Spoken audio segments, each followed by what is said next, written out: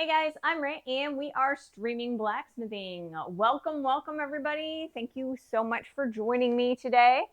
I hope you're having a great day. It's kind of on the wet side in here today. I came in the shop and there was a sheen of water on the face of the anvil today. So I'm hoping that it doesn't screw much up. I'm hoping that the inside of the forge is still relatively dry, because if it's too wet and I turn up the heat too quickly, it will crack the bricks inside the forge. So fingers crossed that doesn't happen. So yeah, today we are going to be continuing working on our scissors, and I want to finish drawing out this side, the handle, and then we're going to wrap them around and create, the little handles like this scissors, so that you can open and close them one-handed. I have a collab request. What is that? I don't know what a collab request is.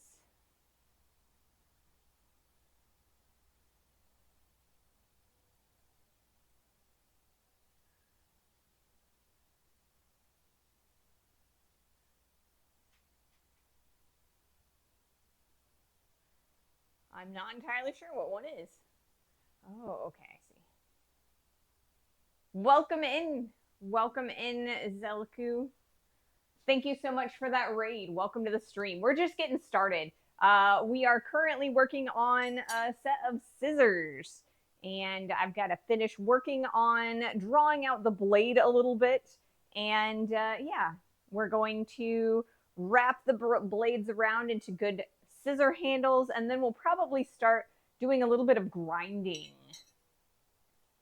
If it's a Twitch collab, it would mean sharing the same stream, I'm thinking. Yeah, I think I'm not entirely sure what it was, so I apologize. I did decline it because I'm not, until I understand what's going on. I will probably decline those. So apologies if that was your intention. But yeah, for the moment, until I figure out how that works, I'll probably decline those. All right. So we do have an ad break starting in about a minute 30. I'm going to start up the forge. It's this guy right here. I'm going to start it real slow. Like I said, it kind of looked like it was raining in here when I came in, or it had rained in here. And I don't know. It was really foggy this morning, so that's probably what it actually was. And I don't have a leak. At least I'm hoping I don't have a leak in my roof.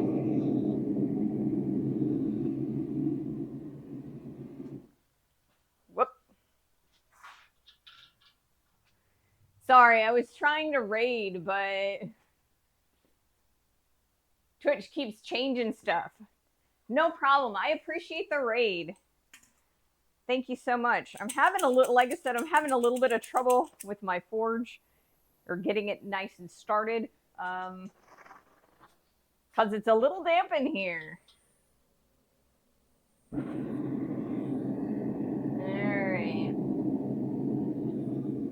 Put these on in case I get some popping in with unintentionally. Alright. Think we're doing alright. But yeah, welcome to the stream. Alright, let's toss this guy in there, get it all nice and heated. Oh, I think first I was gonna show you, so last Wednesday, on Wednesday, what happened was we put some diagonals in here so that the two pieces would kind of fit together. So they're not quite exactly fitting perfectly, so we'll be doing a little bit of fixing that as well. All right, we are in the middle of an ad, or I guess the beginning of an ad. No. Don't be dumb.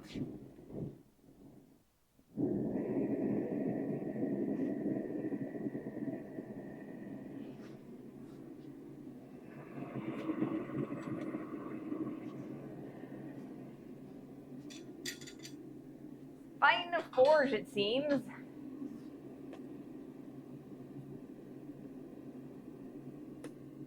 gonna leave my headphones off for just a few.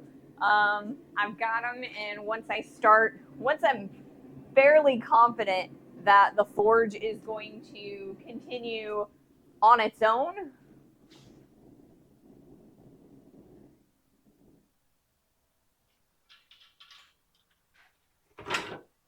Goodness gracious, what's happening? Did it fall in there? Is that what's happening? I think I'm all right.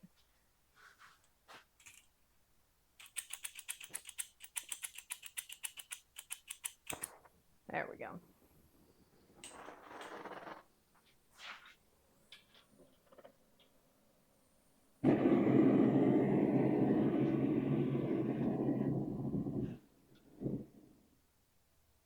Goodness gracious. Does my forge burner have a choke? It does not. It's just a regular, like...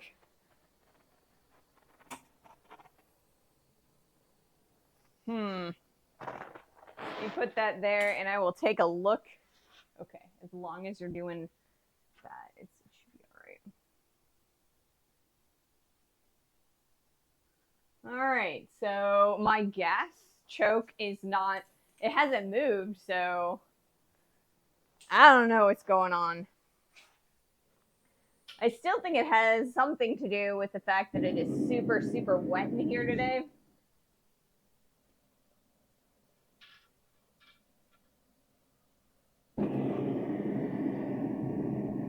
Yes, fight me.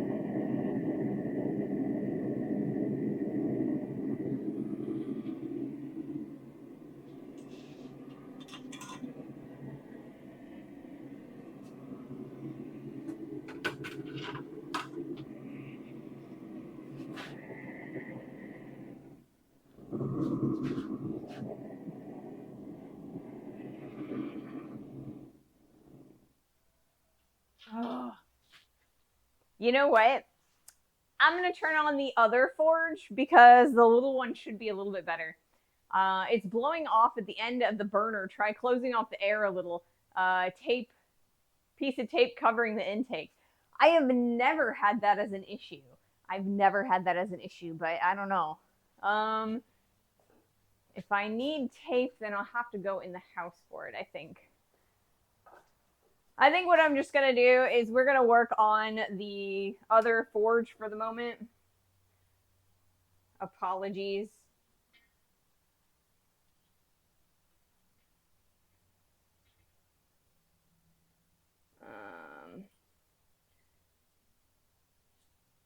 Because, yeah.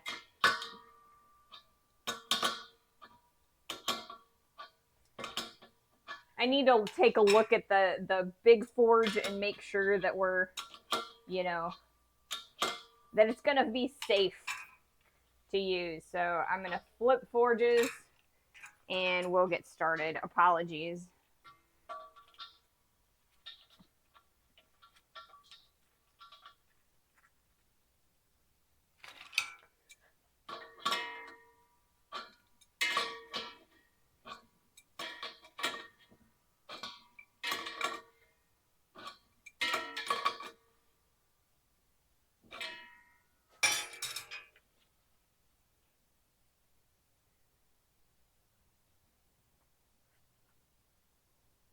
Well, that's fun.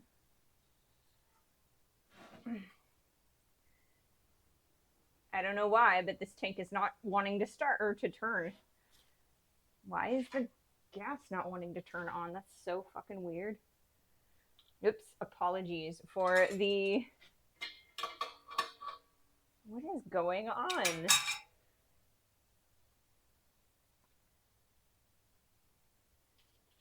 I just turned this on. What is happening?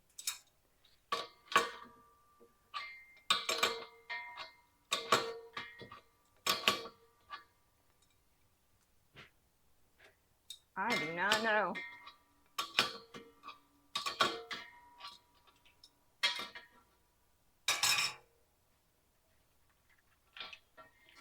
All right. Brand new tank and the valve is being stupid.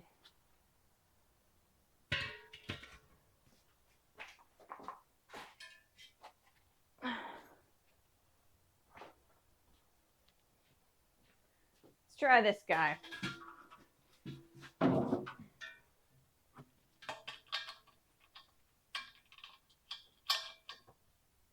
Apologies, guys. I'm so sorry. Taking a little bit to, I don't know what it is today.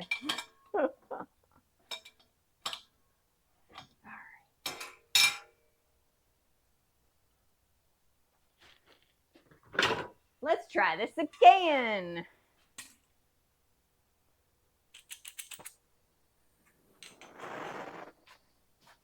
All right.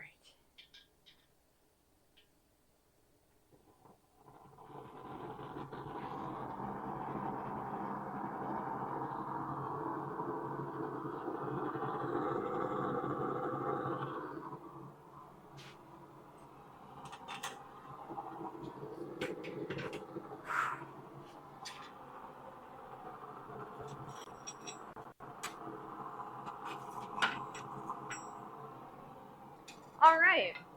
That should, in theory, work for me, I guess. So yeah, like I said earlier, sounds like a good light. I think it does too, but the big one sounded pretty well for the first like 30 seconds to a minute, and then it just snuffed itself for no reason. Honestly, I think it has something to do with the valve on this one, because when I closed it, I couldn't open it again. So I don't know. All right, headphones. That way I can hear myself.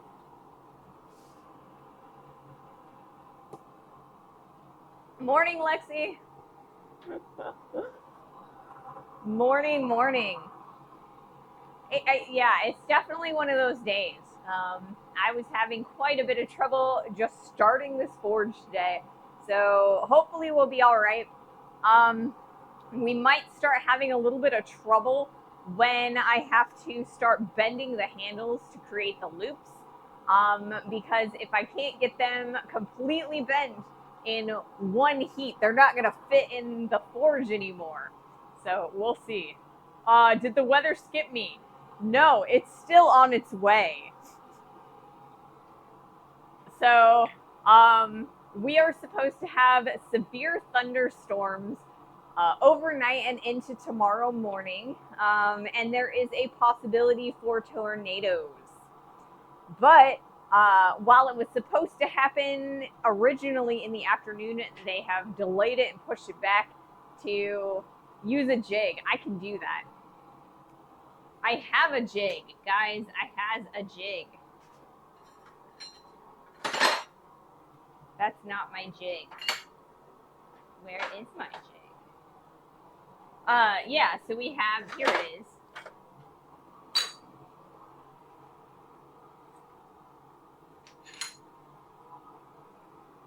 Actually, you know what? I should probably show it to you in this direction.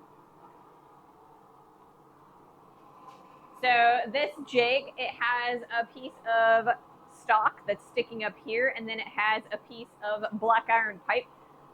So I can use the piece of stock that's welded here to hold the piece, and we can bend it all the way around. So fingers crossed, technically we should be able to do that. Use it pretty easily to bend the handles. We might have hail, but fortunately I parked in a parking ramp. Well, that's really good. Parking ramp should or as long as you're not on the roof, it should keep you pretty safe from hail. We have the carport, and normally we will park underneath of that when we know that there is hail coming. I'm not entirely sure what we're going to do tonight, though, because we have 3 vehicles and only 2 will fit under the carport. And hail is another thing that we are going to have to worry about tonight, along with, tornadoes. the chance of tornadoes there is pretty minor here. So I think we should be safe on that count. So yeah, goodness gracious, it's been one of those days. Like this morning, stuff outside of Ray's smithy life, like, you know, real life stuff. It kind of hit me, and I there's some stuff happening that I'm not amazingly like excited about. It's kind of scary, and that kind of all hit me at once this morning, and so I was really not sure if I wanted to come out here or not today. I considered canceling really early, but I was like, you know what? I can live in the moment, and if I'm just here, all I have to think about is forging and you guys, you know. This is my happy place. Why would I cancel because I'm depressed? This will make me better. So yeah, we're out here. We're gonna have a great time, and it, you know, we're gonna take a break from worrying and being afraid.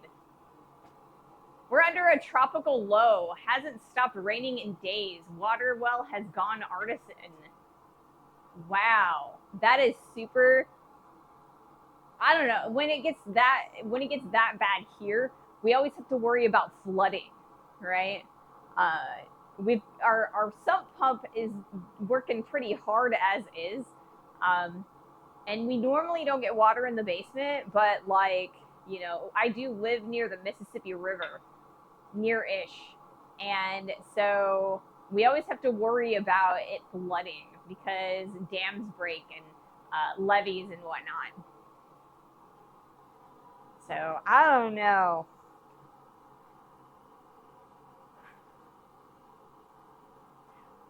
I just need to focus on, you know, on forging today, and that'll make me happier.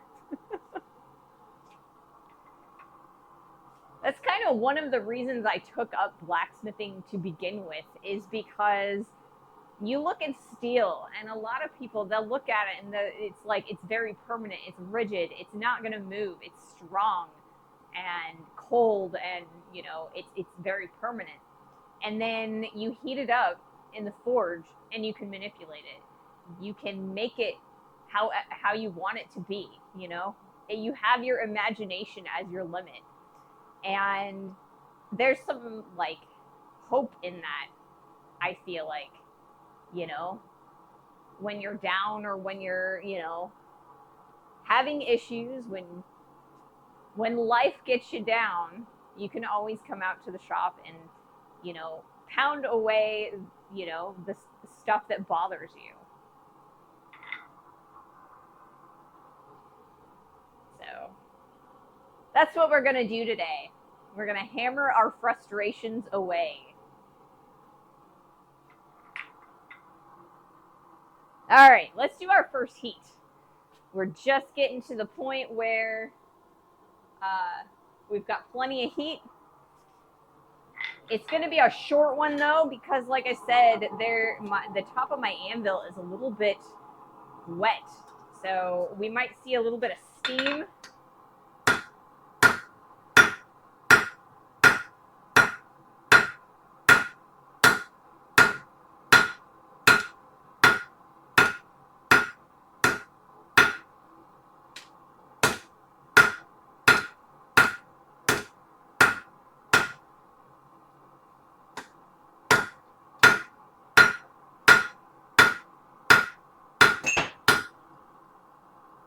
Wow. All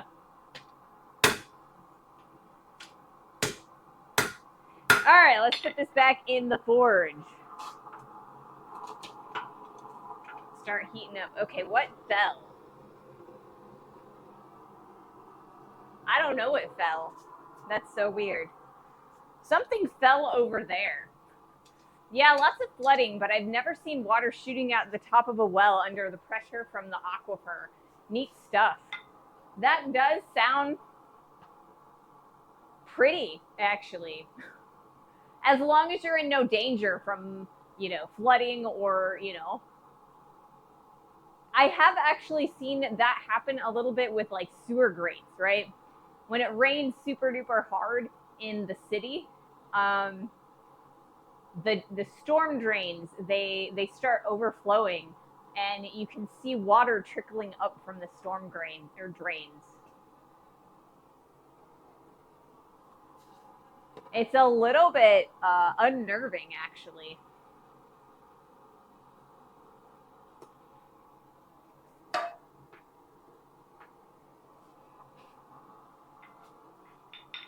So yeah.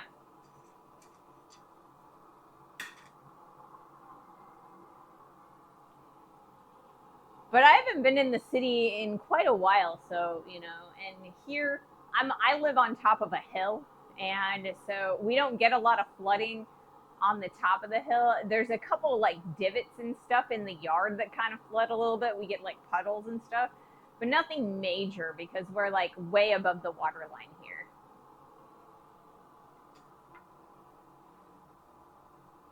In 1993, there was a massive flood along the full length of the Mississippi River, and it got up to like 10 feet in some places outside of the river basin or above the river basin. And that was like the biggest flood that we've had in many years. And I was living up north at the time, in the Quad Cities, and it wasn't too bad there. But here there's like a couple places that have waterline marks, and there's this one silo where the flood of 1993 is like, I don't know, 15-20 feet up. It's crazy. I cannot imagine, you know, seeing the water go up that high. So you're finally getting a handle on the Scissors project. How are things? Hey, Dr. Optimal. I am starting to get a handle on these things. It's going to be fun. We're using the small forge today because I need to take a look at my big forge, kind of fix a few things. It's been puffing and it will not hold a steady flame for some reason. So I'm not sure if it was the propane canister, which is also I'm having issues with, or what. But you know, we're working with what we've got, and I think it's going to be all right. It'll be fun, you know, using the jig. Lexi suggested I use a jig when I get around to wrapping the handle around for the loops on the scissor handles. So it's been a long time since I've used a jig. I am gonna ban this person because they are a bot and I don't need cheap viewers. That was the last year I visited St. Louis, except passing through on my way to Quad State. Yeah, 1993. That's crazy. I visited St. Louis a couple times before 1983, but I was super little.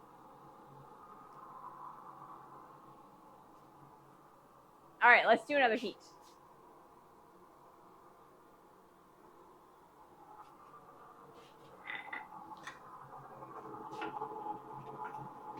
I didn't really move here until around 2008, 2007, 2008, somewhere in there.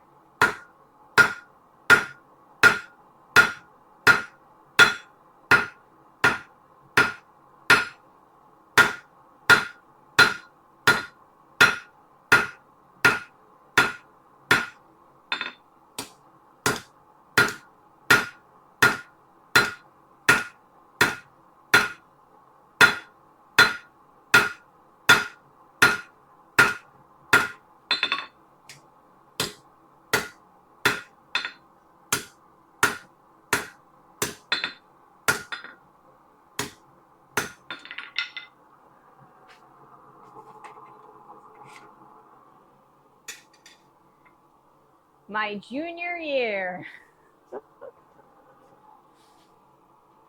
I don't know. I am kind of on the young side for our blacksmithing community. I feel like yeah, I have several different communities that I am a part of, and like my gaming community, I'm one of the older people, right?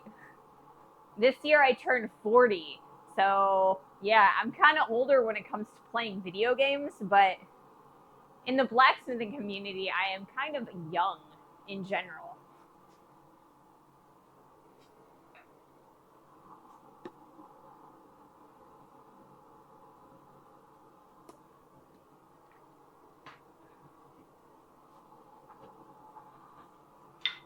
So I'm super excited about being able to kind of make the handles for these scissors. I think it's going to be interesting to see if I can make them nice and smooth and shapely. You're the kid of this community, I think. I probably am. Like of all of you guys that watch, I'm probably the youngest person who's like a really long standing regular. I feel like we get a few younger people here and there, and they watch for a little bit and come and go a little bit, but 40s is not that old. See, I'm starting to realize that, that 40s isn't off or it isn't that old.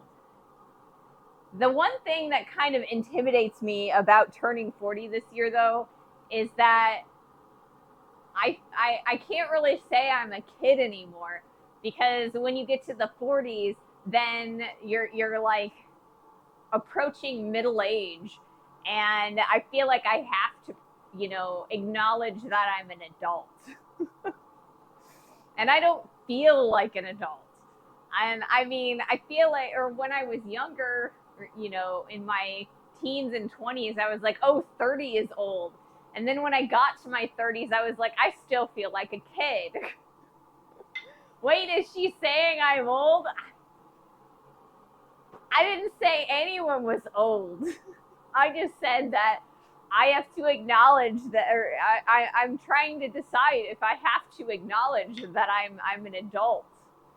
An adult. I don't want to be an adult. I don't think anyone wants to be an adult. Maybe we can just be kids forever.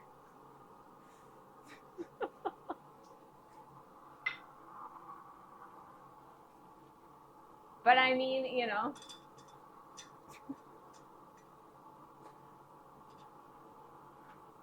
But yeah, the butler turned 40 last year. So, and I keep asking, is it how different do you feel being 40 than 39?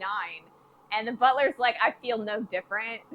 And I'm just like, okay, I guess I can take it.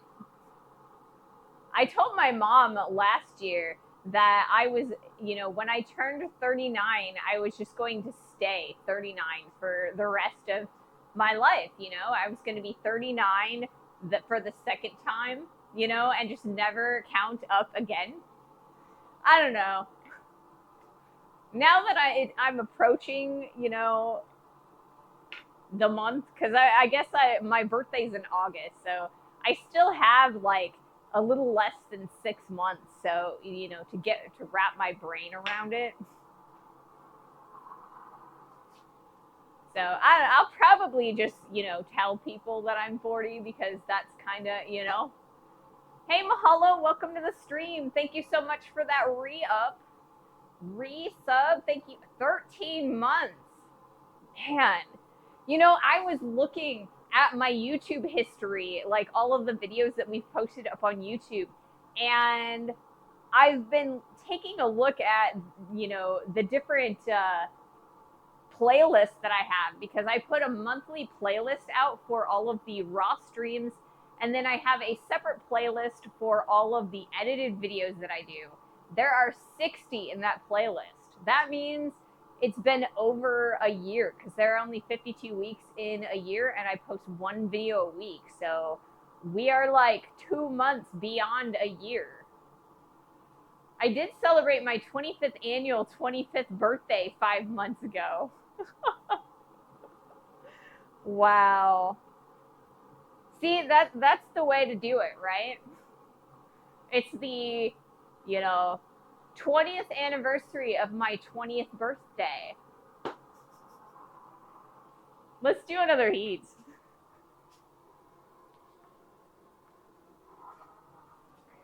After this one, I'm probably going to change angles.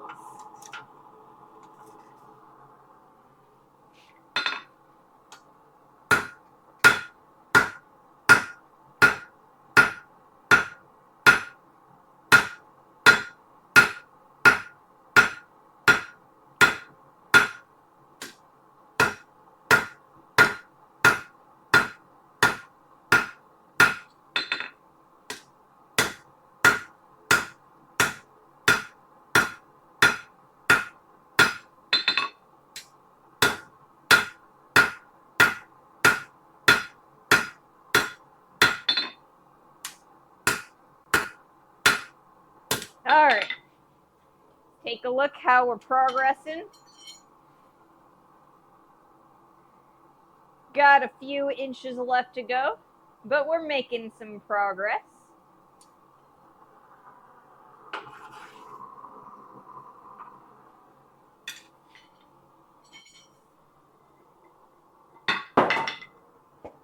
Drop again. That is my second drop today already. Goodness gracious. So I have to be a little bit on the careful side about, not acknowledging how old I am, because I have siblings I have two siblings and they're much younger than me. So one of my siblings is 7.5 years younger than me, and no, 6.5 years younger than me.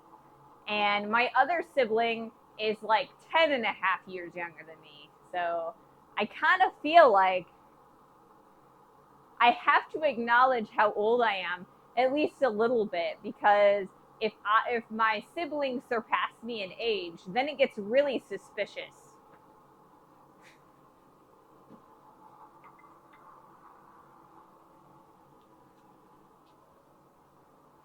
I'm the oldest. I was an only child for quite some time.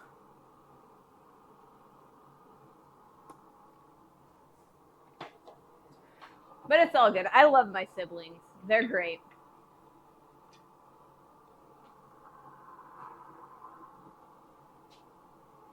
So we've got an ad starting in about 1.5 minutes.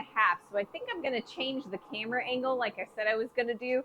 And then we'll kind of see what, oh, you know what? I totally forgot to hit record anyway. So I guess that's all right.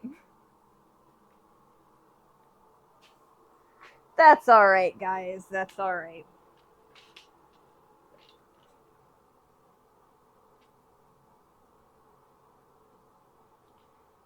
We're gonna start recording now, but I'm gonna focus my camera first. There we go. Is there a way I can prop this up without letting it sit on the floor? Maybe like so. I'm gonna come around the opposite side. I disappeared on that side of the screen and I came back on that side. I've got cords that I don't want to drag on the floor because there's a whole bunch of moisture all over the floor, and I don't want the block for the power on the camera to sit in the water on the floor. So I propped it up with my my sledgehammer.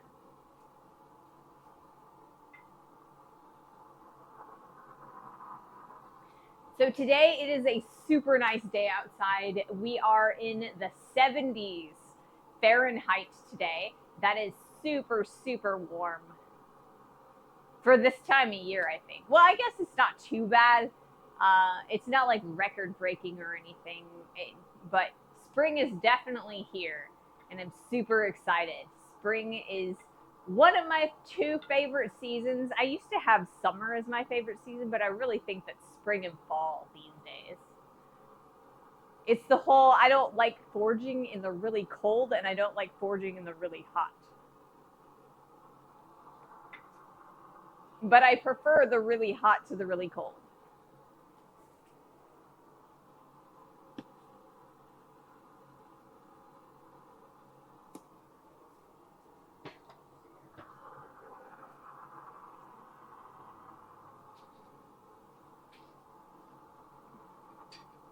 I think later on in the stream, I'll probably open the garage door just to get a little bit of cross draft. But I'm also a little concerned because it's super duper windy today.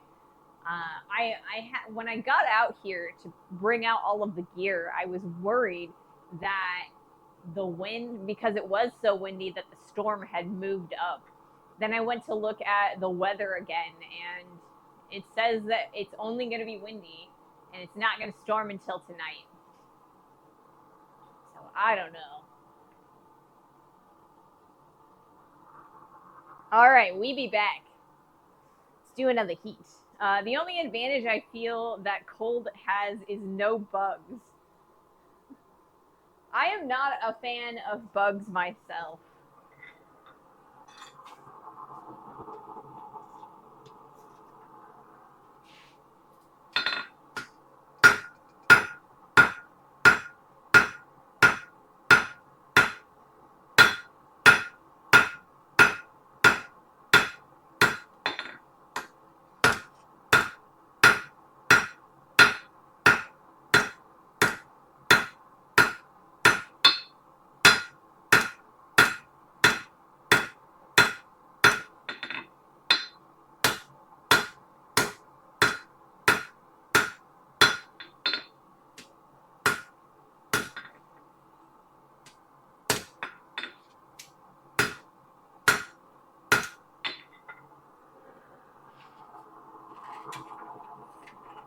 I have always been one of those people that the mosquitoes are constantly biting. So I definitely don't like bugs. Although I think the worst thing I ever did was I went to Mexico on a camping trip with my church, and we were like building houses and like camping out at this campgrounds, and there was a sandstorm and it blew away all our tents and it broke a bunch of them. So there was only one tent left, and there were too many of us to all sleep in the tent. So I volunteered, and a couple other people volunteered to sleep out on the sand. That was the biggest mistake. Never do that. Sand fleas are awful. I thought I was going insane. The next night, I slept in one of our vehicles because it was so nasty. Oh, I'm the only one they eat outside. A mozzie magnet. Yes, they're awful.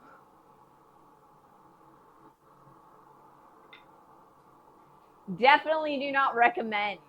That was like one of my worst trips ever, though, because not only did I get eaten alive by sand fleas and we lost all of our equipment, but I also got really, really sick at the end because I didn't know I was drinking local water, because the little kids had stolen my water bottles, drank all of my water that we brought, and refilled them with their water.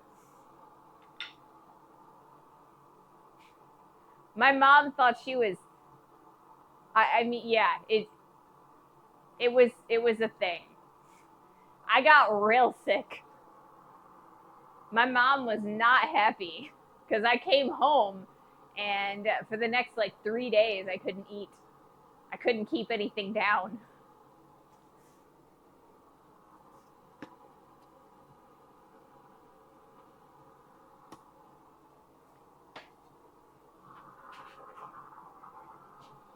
All right, let's do another heat.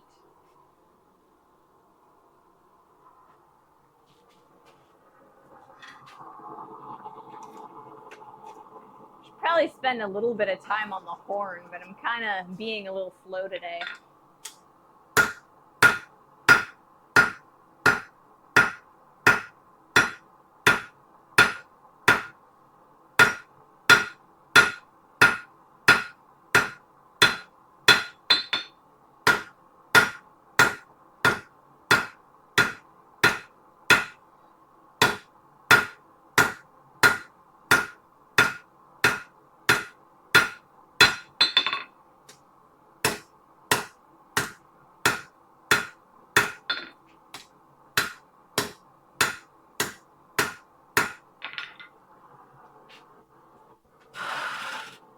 push that over, stick the tail in so I can kind of work that a little bit.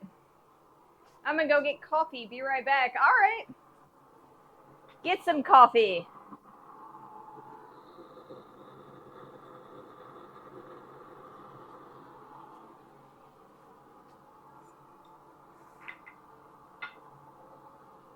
My propane tank is starting to get a little bit low pressure, so I'm having to turn it up periodically. We shall see if I can get the other propane tank to work if we end up running out. Hopefully we don't. The advantage of using the mailbox is that it's super efficient, and so I shouldn't have too much trouble.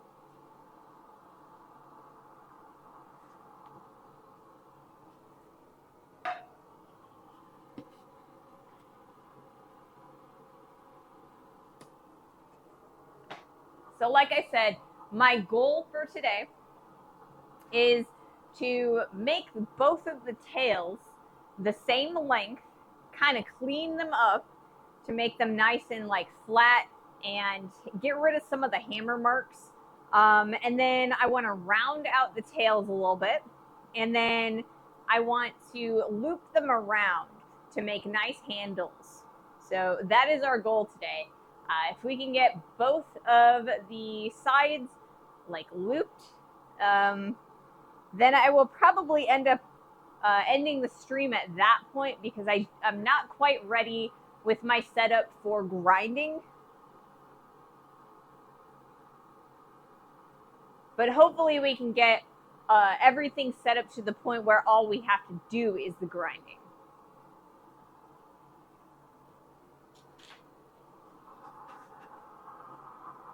All right.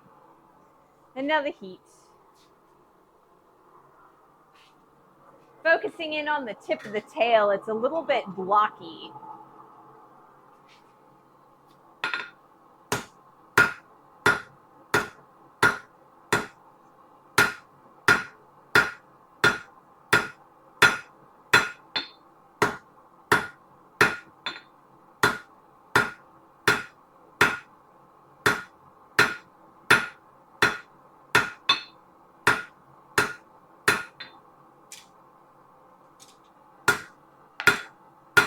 Also trying to avoid twisting it. The other end of the tail, or like the other side, I ended up twisting really badly. All right, let's compare them again. Compare and contrast. Okay, we're making some progress. We've got a couple inches left, and then we'll be good to go. So let's keep on keeping on.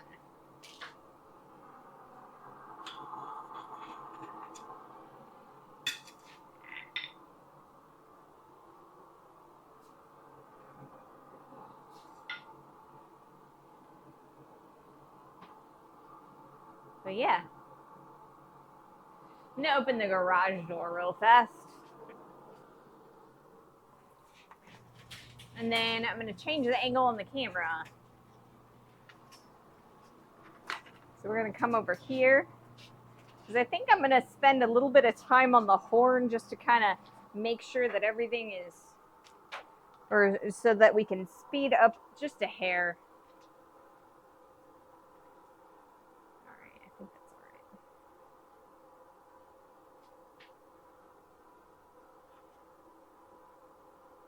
right. Okay.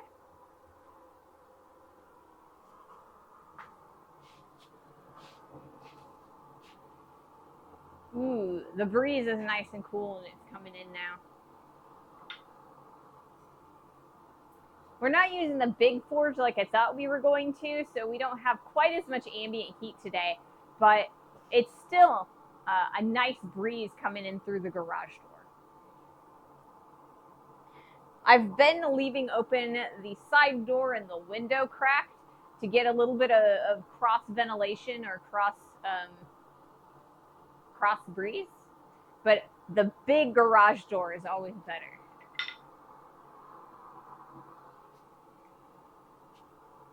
All right, let's do another heat.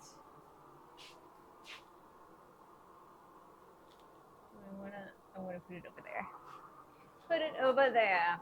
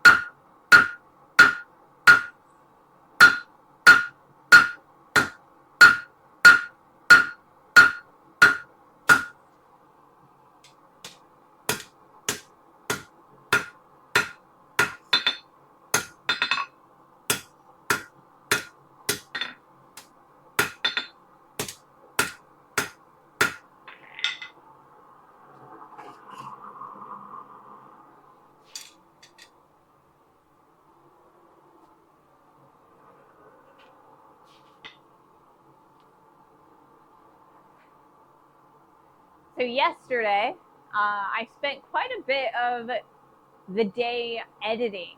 So I did in the morning. I did my 5 shorts that I normally do because the shorts that come out on YouTube, I kind of do those in a block on Thursdays. And then in the afternoon, I spend a good chunk of that working on our long form video for the next week.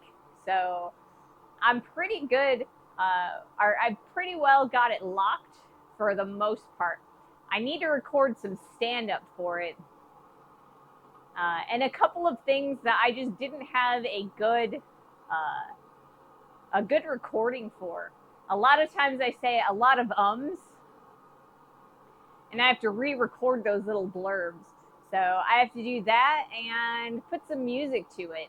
And I think that's about all I've got left. So I'm starting to get ahead of the game. So hopefully I will have that video done by like Monday or Tuesday, really early, so that I can start working on the week after's video a lot sooner than I started working on next week's video. But I can only go so far in advance because I'm starting to run through my projects. So the video for the week after next is the ladle, and we just finished the ladle before we started the scissors. So I kind of feel like I can only edit so fast. I might end up having to do a couple of shorter projects to kind of fill some space, or maybe we'll do like a shop tour or something for a video, like a filler video. I'm kind of starting to understand why TV shows have filler episodes. You know, you only got so much story that you can shoot at any given time, so you kind of got to have a couple of filler pieces here and there. Although I kind of feel like these days they only make 8 episode seasons, so having a filler episode these days is kind of a waste. But back in the day when they had 24 episode seasons, it wasn't uncommon to have like a clip show or a filler episode here and there.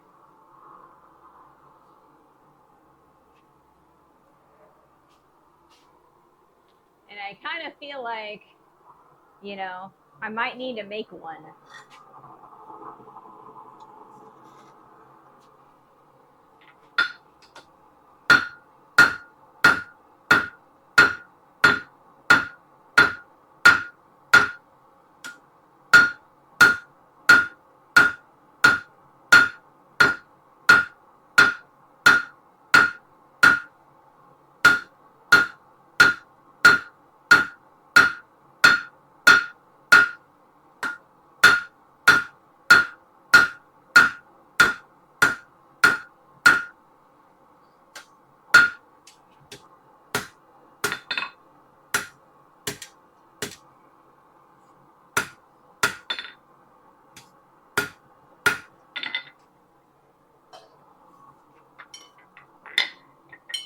All right.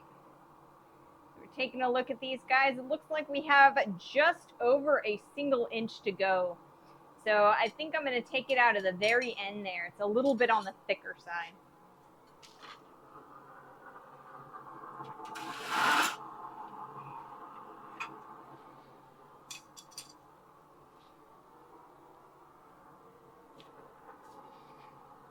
Unfortunately, as I am self-employed, my boss really is the YouTube algorithm and, like, you know, the Twitch algorithm and stuff. And as such, I have to produce so much content for them to push my content at all. I always end up getting punished if I have to cancel a stream. The next day, you know, when I normally would post the VOD, I always end up getting punished, and none of my other content gets pushed for that day. Or sometimes it delays the punishment until like the next week. So I always have to weigh how I'm feeling versus like how much damage that the algorithm is going to do to my channel.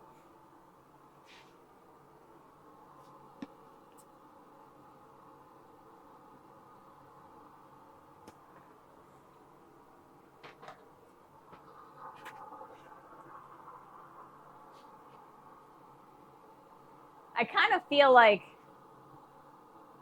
a lot of people are seeing that the algorithm lately, though, has been kind of up in the air a bit. I've noticed a distinct fall in views from my normal. That is one thing I do not envy about content creators. Yes, it kind of punishes you. But the last month, the month of February, my views have been falling. And this month particularly, I've had some really bad days in the middle of the week, right? So as a content creator, they tell you to post every day because then there's more for the algorithm to push, right? So that's why I post as many shorts as I do, just to kind of have something that comes out every day.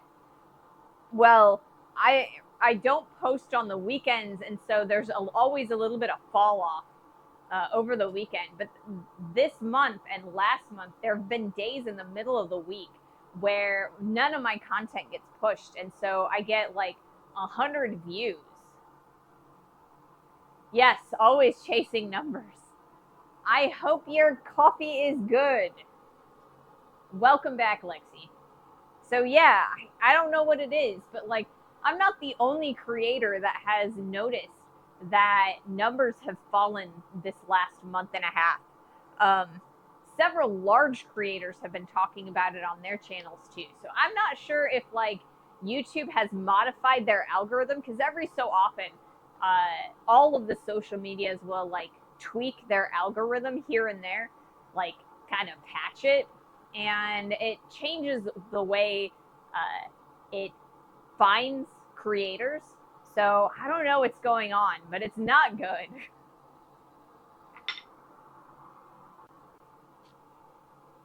Doing my best, but it is a little discouraging. I do have the consolation prize that while my viewership has been reduced by quite a bit, like a very high percentage, my duration, like my view duration, has actually remained the same, which means that of those smaller amount of views, people are staying longer. So yay, that's exciting. I feel like my videos are starting to get watchable.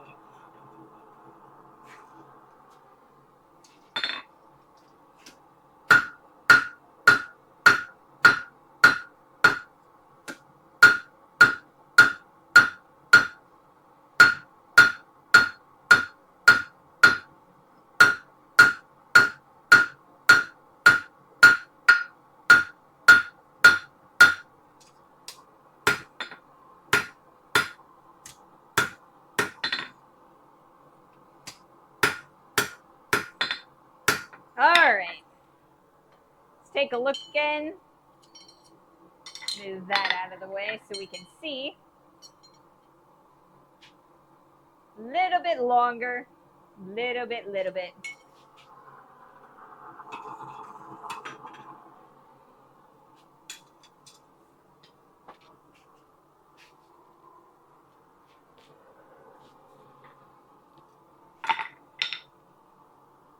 But yeah, the whims of the algorithm. That is the one thing that made me not want to be a content creator, because I knew that if I didn't get caught by the algorithm, that I would just be languishing in small creatordom forever. And there's a part of me that still feels like that's happening to me, but I'm always encouraged because, you know, if I look month to month, I am growing. So as long as I persevere, eventually, hopefully it'll work out. I'm gonna move this out of the way so it doesn't fall over. I'm the kind of person that can't watch or read stuff twice. If I saw it on a stream, I can't watch it in clips. That's why I do different content for each platform. That makes sense, you know? I mean, I don't expect people to watch multiple platforms of the same content, you know? Because, like, once you've seen it, right? It's not going to change all that much. So I do tend to post the same content both on Twitch and on YouTube and some of the TikToks and stuff. Although I have stopped posting on TikTok for other reasons. Mostly because they didn't show my content at all for a week. I posted a whole week's worth of videos, or no, it was 2 weeks. 2 weeks of videos, and they didn't even post, or they didn't even show them. So anyway, part of the reason that I, you know, do the streams though is to populate YouTube. You know, it's me filming. Like, this whole stream is me filming for videos that I edit for my YouTube. So this is the behind the scenes. And I do try to, like, make it entertaining for all of you guys too. I mean, that's why in between my shots, you know, we always talk about whatever, and I answer questions and stuff like that. So that I am treating this as though it is a stream for stream's sake, but I'm also, like, taking the B-roll footage and creating videos out of that. So, you know, and it's kind of how I'm making my content currently. If I had a little bit more time, I'd totally just make YouTube videos that were just YouTube videos. But I just don't have quite enough stamina to do that yet.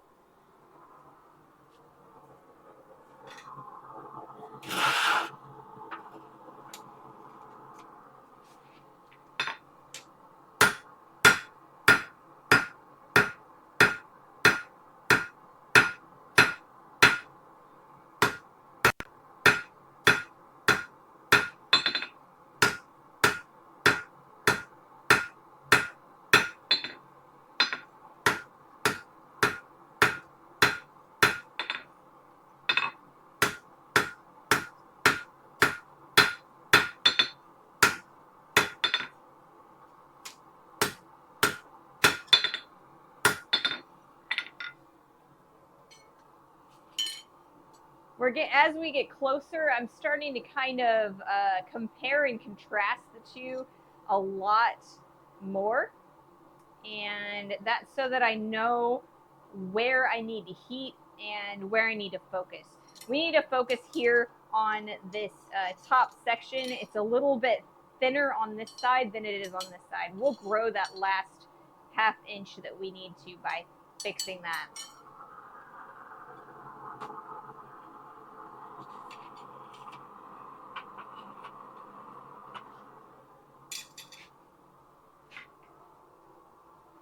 So I have this,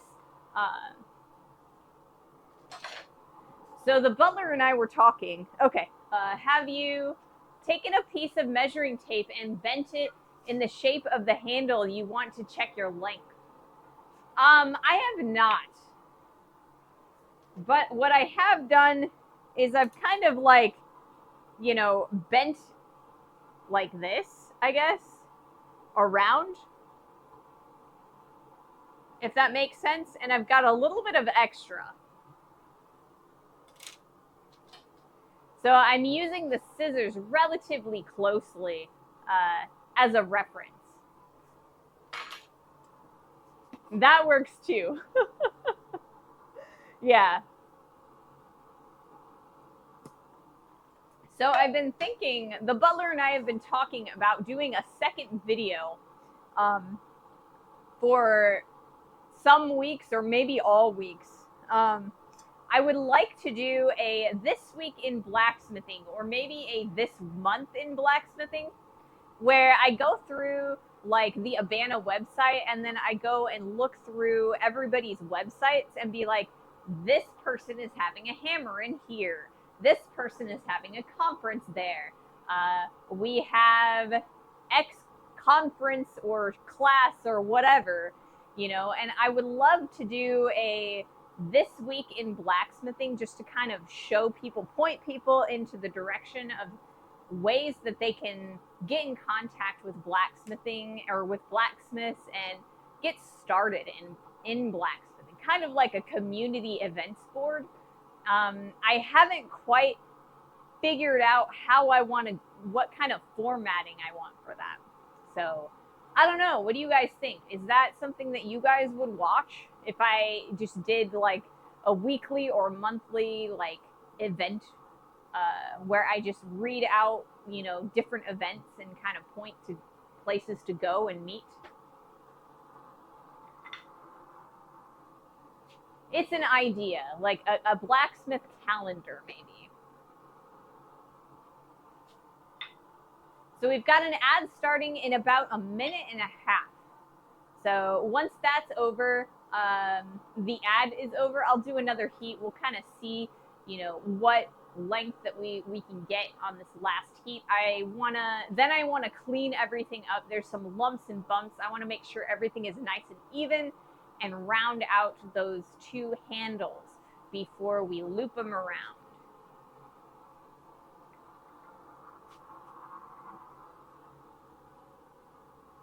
We're definitely going to get a lot more videos with blacksmiths interviews and event videos where I go to events. But I can't get to every single event that happens throughout a month. So, you know, if I can do like an event, you know, this month in blacksmithing event board or whatever video, I think that could help some people, you know, figure out where to go and what to do.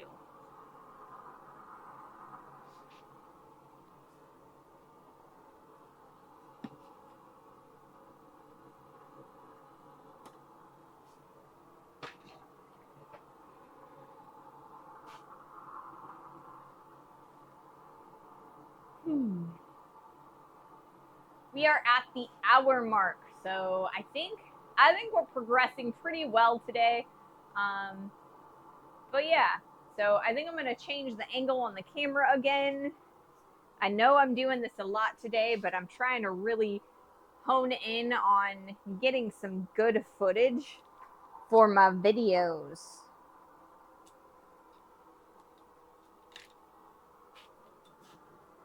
I've actually been doing some extra commentary in some of the videos, my thoughts and about how things went and things like that.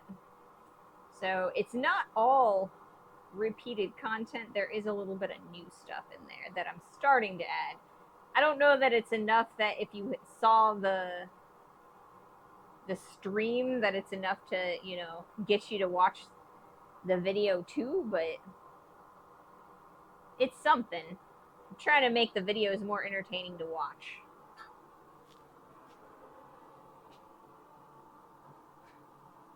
Well, it's time to fire up the duplicator machine so you can go do all the things.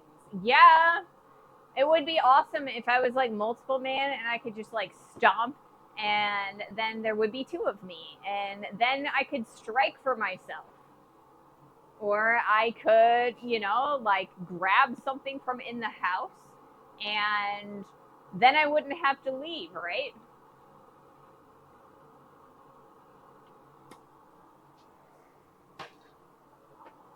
We would totally have to kind of use the machine on both me and the butler, though, you know?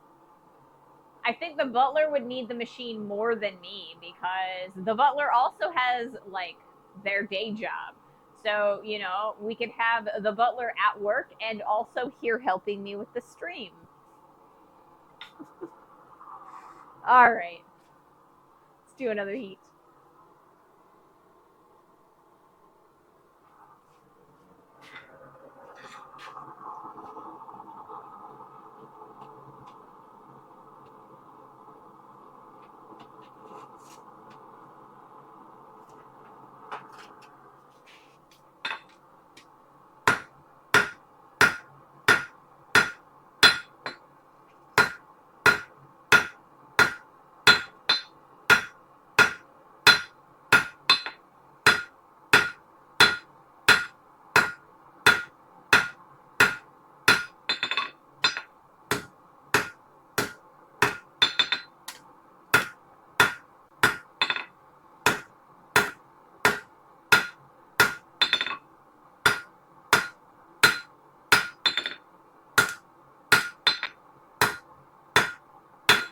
All right.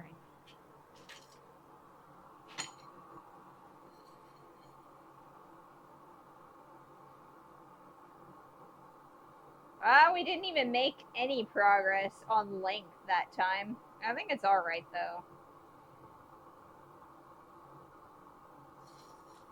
Another heat or so, and we'll have it.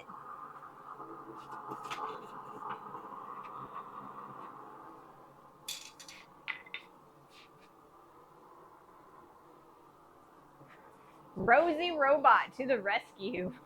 Be like Cody's lab and have Robot Ray go do all the manual labor. Tesla Optimus soon, right? Man, I would be all over a robot that could like do a bunch of manual labor for me. Like I want to be able to, you know, direct, but if I could get a robot that would have like a super accurate striking motion where all it did was just strike for me, that would be amazing. But then it's also like, what is the difference between that and like a, you know, like a held hammer or, you know, anything like that? Would it even be cheaper to have a robot as opposed to like a power hammer? Robots do all the cutting and grinding because those jobs suck. Exactly. That's what the robot can do. It can do all my cutting and grinding for me. Although I do kind of feel like there's already robots that do a lot of cutting and grinding. You know, it's like those surface grinders you guys were talking about on, like, I think it was Monday that you guys were talking about surface grinders. How I should hawk one of the butler's Emmys for one.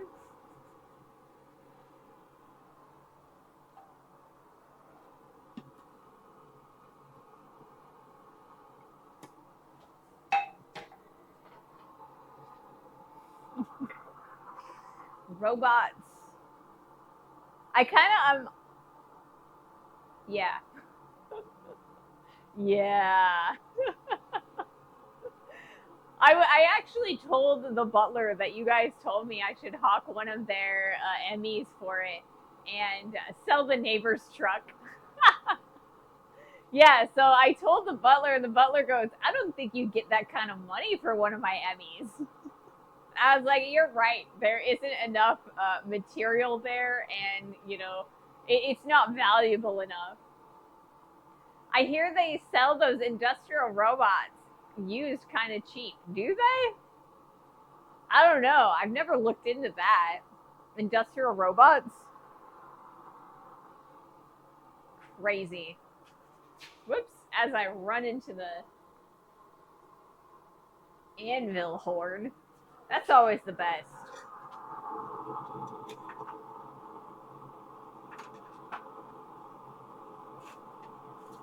I just gotta be thankful that the horn isn't sharp.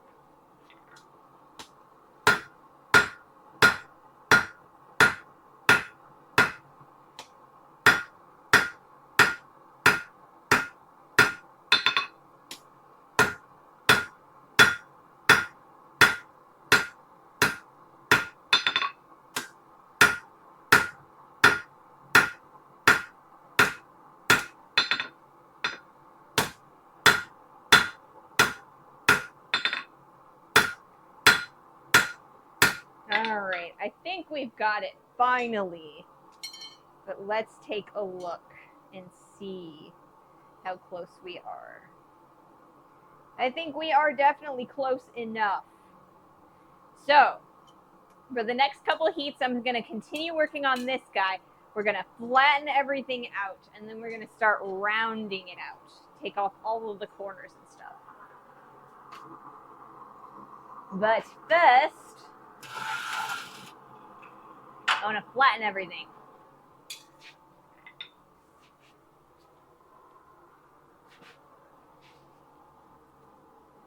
Yeah, some secondhand robots out there, but the control boards are long out of production, so you're SOL on parts. They unfortunately don't come with the pendants and controls.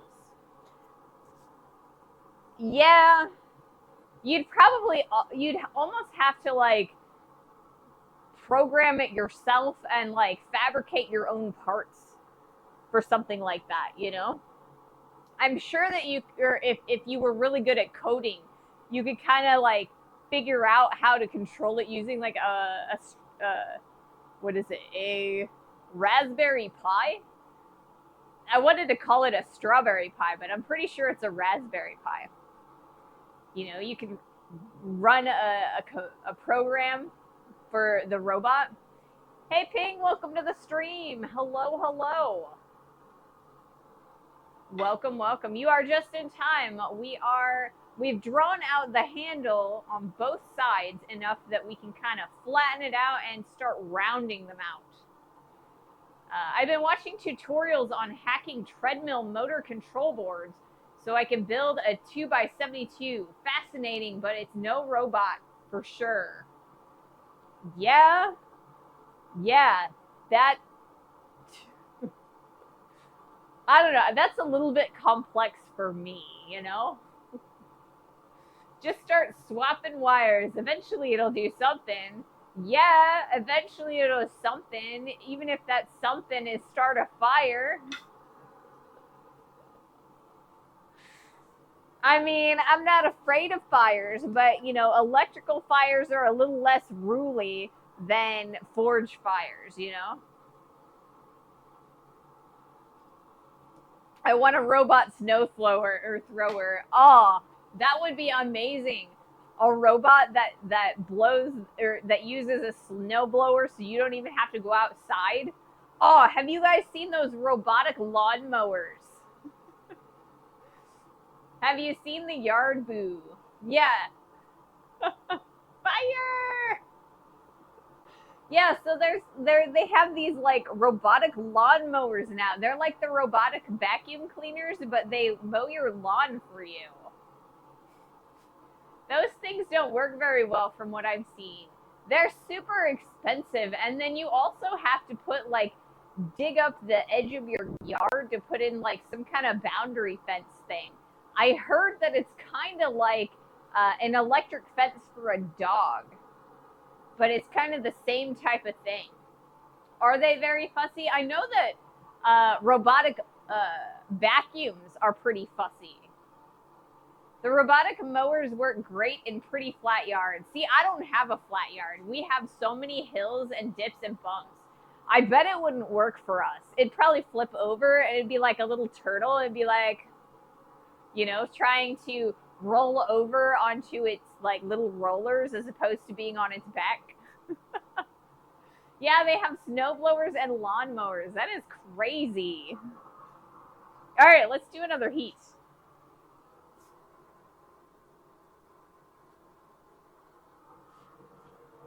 We are working on flattening out our piece, kind of making it nice and pretty, getting rid of all of the lumps and bumps.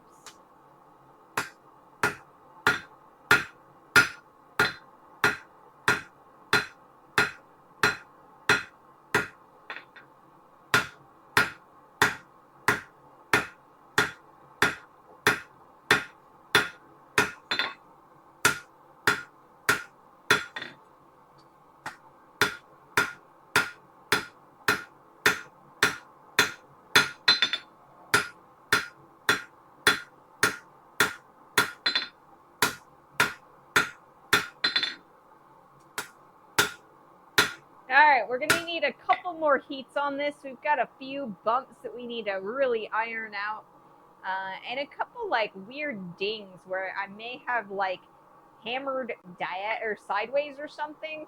There's a couple little lines in there I want to take out.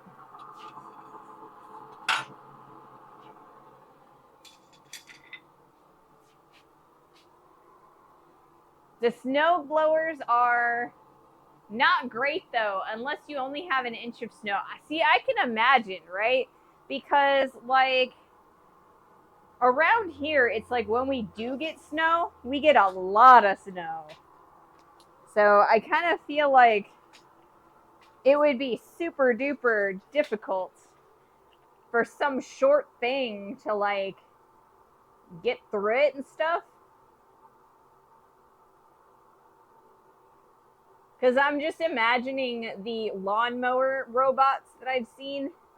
And they're only like 6 inches tall, right? Like, I don't know, like yay tall, which are taller than the robotic vacuums, which are only like that tall. But we get, 6 inches is a relatively reasonable amount of snow for around here. And if you go north of that, then people get like a foot of snow or more. I doubt that the little machine would be able to handle that,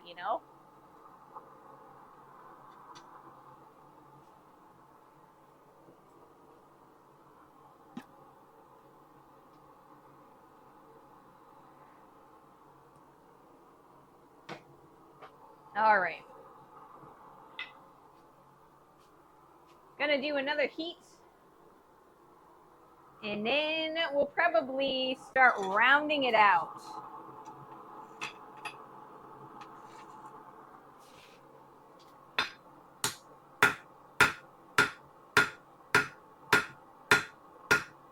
We're not really forging right now.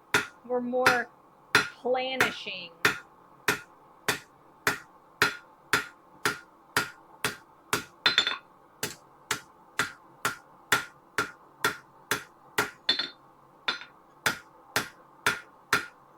All right. I think we're pretty good on that. So we're going to, on our next heat, we're going to take off all of the corners and start rounding out this whole thing. Because when we bend this around, all of those corners are, when we use the scissors, they're going to dig into our hands, and we don't want that.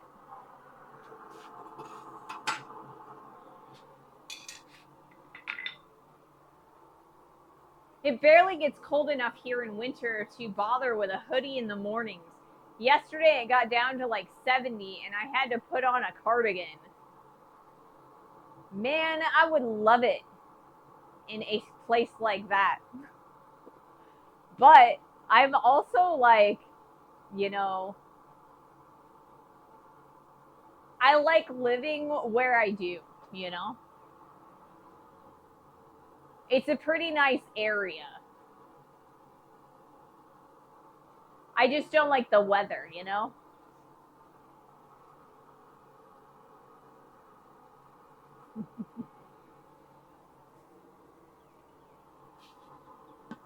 Starting to get close to Gatorade o'clock. Got a couple more swigs of the water left.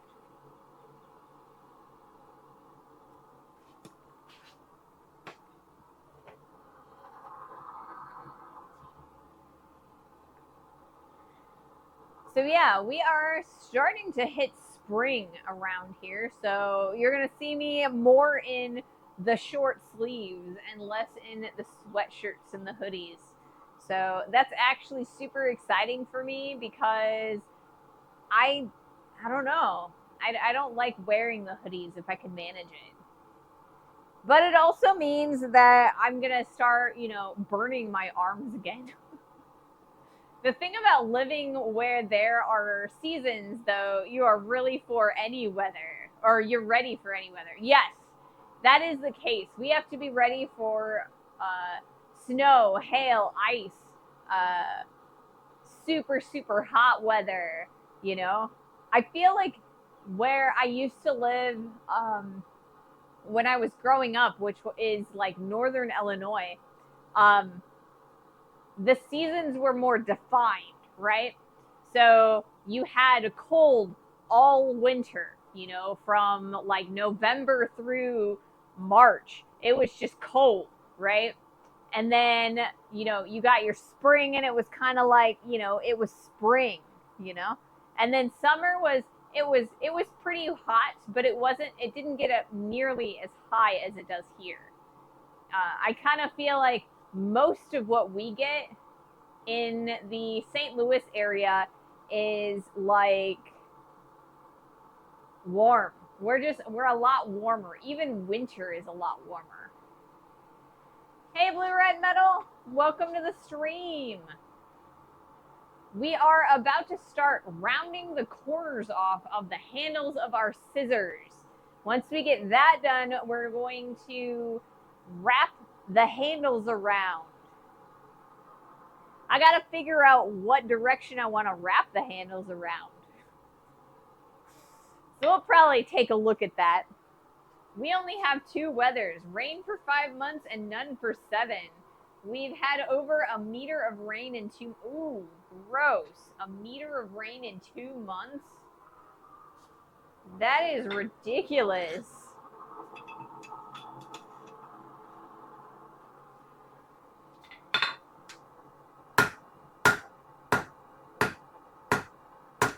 Ah, you know.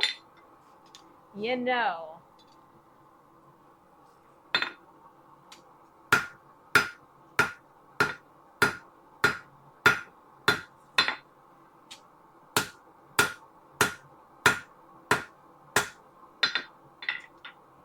what? I think I'm going to have to change tongs.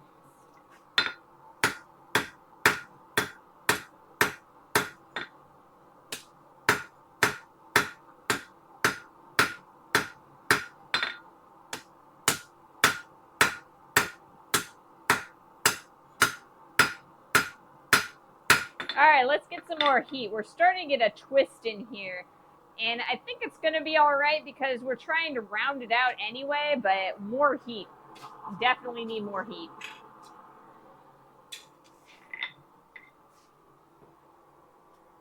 heat. From Northern Illinois to St. Louis, so Cubs are Cards. Well, I don't actually live in St. Louis. I live in the St. Louis area, like the big old area. And I live on the Illinois side, so I don't know. I've never really been a baseball fan. I don't mind playing it, but I'm not a big watch it person because I don't know. I appreciate the spectacle of going to the ballpark and watching a game with all of the people around you and all of the excitement and the accoutrements that go with it, like, hot dogs and hats and all of the jerseys and stuff. But I'm not a big let's watch it on TV person. My family hails from Rolla and St. Louis, Missouri. Everyone is a Cards fan. That is the only MLB team I've ever been back in 93. Yeah. I've never been to a baseball game. Like, I've been to the park, and I'm going to the park in the fall, but I'm going for a concert, not for a baseball game. I spent many an afternoon at Wrigley Field. Great times. I went to Wrigley Field one time, but I don't think I went in it. I was just around it. Like I said, the Cardinals, what is it? I can't remember what its name. What's the stadium name? Anyway, I've been in there, but like it was for a work function, so like there wasn't a game. It was just I was like in like a meeting room or whatever. So that's a lot less fun than going to a game,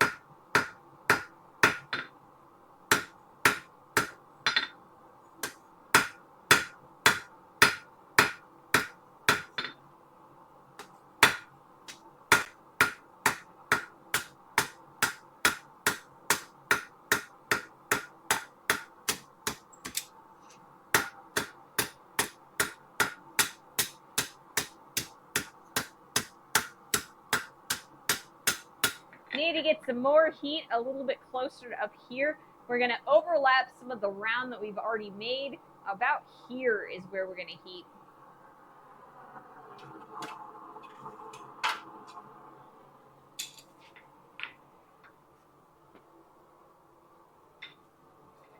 Yeah, we called the afternoon games at Wrigley during the week business meetings. No, I mean, like, actually, because I was a vendor. I wasn't even in the meeting. I was there, like, setting up the meeting and stuff. I didn't even get to be there, you know?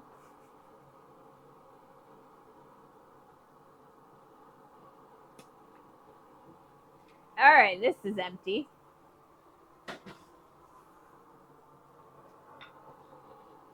All right. So we're going to take a look at these scissors. And then we're going to take a look at our piece, right? So the blade for these scissors is the straight, right? So if I take a look at these guys, it's kind of like that.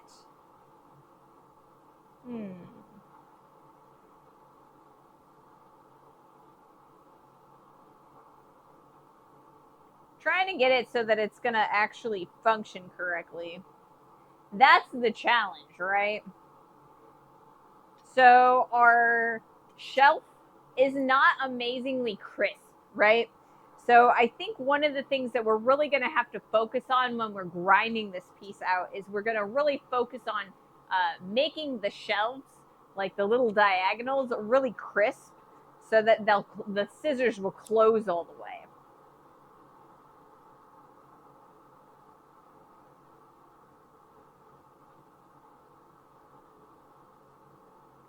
I don't think that's a bad thing necessarily, that the bottom sticks out a little bit. We might want to correct that a little bit. I think it'll be all right. Okay. So I think we're going to bend these outward, right? So in the same direction of the round curved part, we're going to bend this around that direction.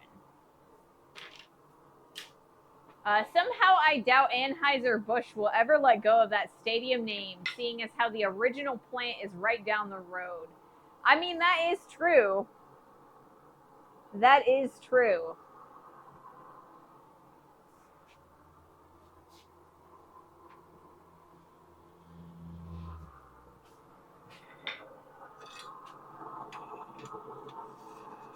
Busch Stadium. Of course, that's the name. I'm a dummy.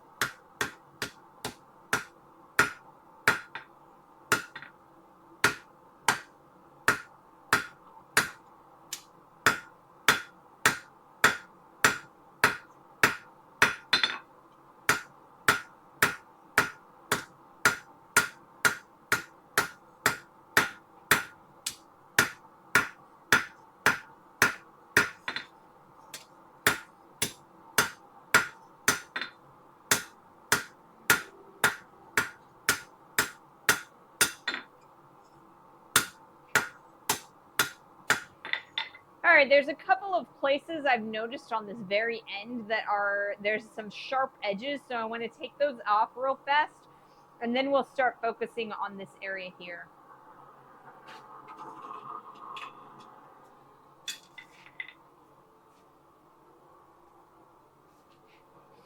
All right, we've got an ad starting in about 3 minutes. We're making some good time. We're only at an hour and a half. I think we're doing great on time, making sure that we've got all of our goals for today finished. Oh, I don't have any water left. So give me half a second. I'm gonna grab a Gatorade. It won't take me too long.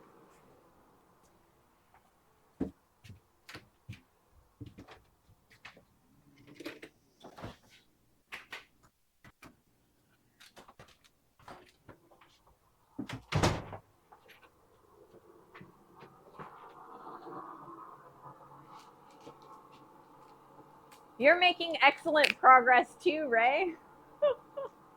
Well, I hope I am. I have a tendency to be like really, really slow at making my pieces, but lately, I feel like I've been making some really good progress, and I've been relatively prolific in general, which honestly surprises me.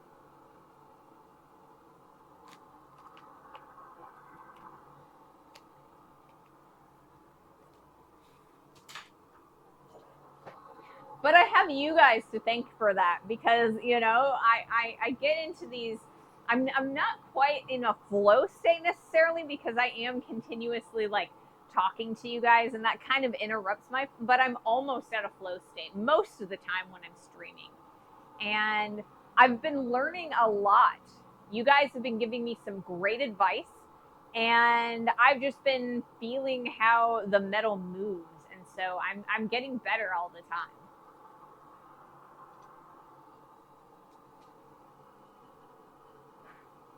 I really want to pull the scissor out of the forge, but we have an ad starting in about a minute, and I won't finish in time.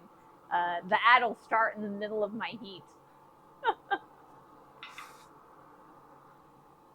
I gotta be careful though, because the mailbox, I've got it up high enough that it's starting to get real hot. I'm honestly a tiny bit afraid that I could melt it in there.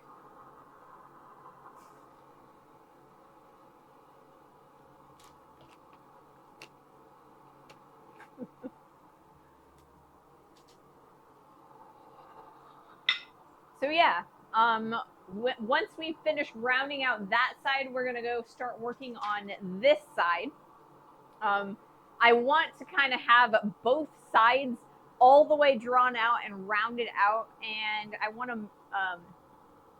to curve them at the same time, kind of. Wait a minute, great advice from Lexi? Nah, something no add up. I'm not, I'm getting good advice from all of you. Because, even the people who are not blacksmiths have given me some excellent advice.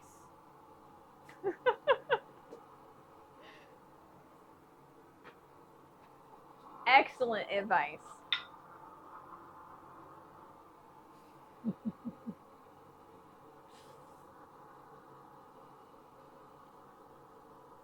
It is ad time. It's time for me to breathe. Breathe. All right, I'm also going to change the angle on the camera because I am being, I don't know, thorough with my shots.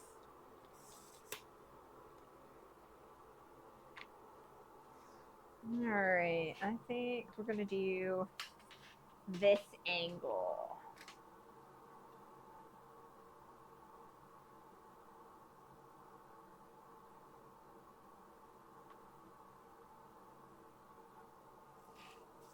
Whoops, I totally just kicked the main camera.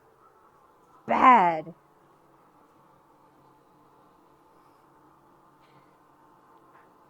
I'm not a blacksmith, but I play one on Twitch chat, right? What are you going to do? Nothing from the other side of the world. But yeah. No, you guys have given me some amazing advice, all of you. Blacksmith or no, because I'm pretty sure that it was like Ping and Mahalo and a couple other people who told me that I should submerge my propane in water and it wouldn't freeze as frequently. And it worked out. And I was able to get a whole extra day out of my propane tanks. And I've gotten some great advice from the blacksmiths on this channel too. And, I've learned a lot from ignoring some advice. I've gotten a lot of really good advice from YouTube chat as well.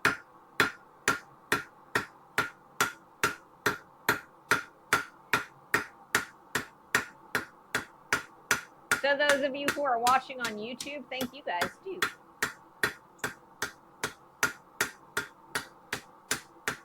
All right, that's a lot better. All right. Okay, so now we're going to throw it in a little bit further up. Get that nice roundness going. Yeah. Or I'm going to smack the... I'm not a blacksmith either. I'm an industrial mechanic. I mean, whatever you guys are, right? I play one on the weekends. Yeah, I can't even send Yemez to deliver a whoopin'. There is a hill or two between y'all he's afraid to drive over.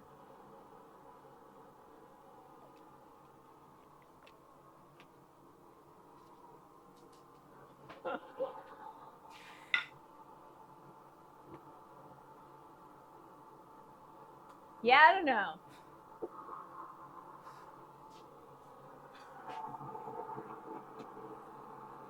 Pull that out just a hair.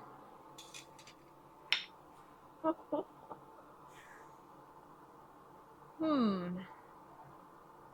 yeah, I've made such progress, and you can definitely see it in the video that I did comparing the two sets of silverware that we've done on the stream. I kind of feel like, honestly, John, you're the one that has been really inspiring me.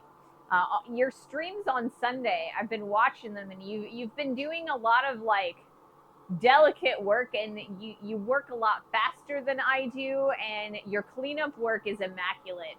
And so I've been trying to use some of your techniques and a few other people's techniques that I've seen recently on YouTube, and kind of make my stuff a little bit prettier. And it seems to be working, at least a little bit. It may not be perfect, but they're a lot better than they used to be.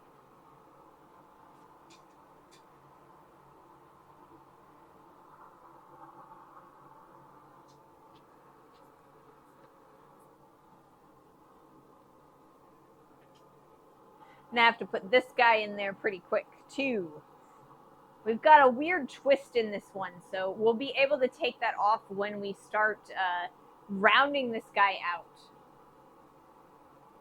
Patience, that's all, don't rush. But I mean, that's the thing, right? I am not a patient person, right? And patience is not something that I think about doing.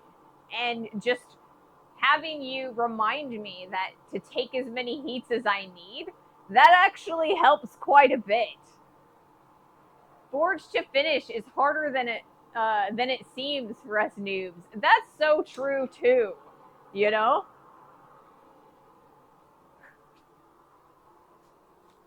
And a lot of it too is that I need to work on my hammer control because, you know,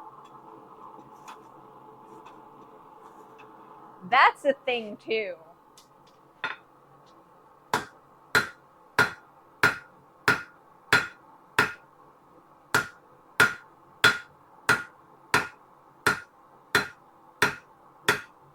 It's a lot easier to keep things clean when your hammer's falling exactly where you want it to fall.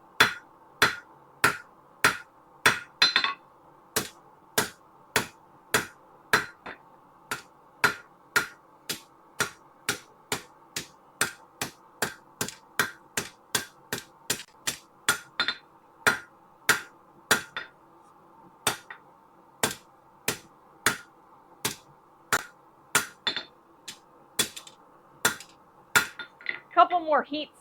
Right in here, there's a flat spot. We gotta address that. That's where the twist started.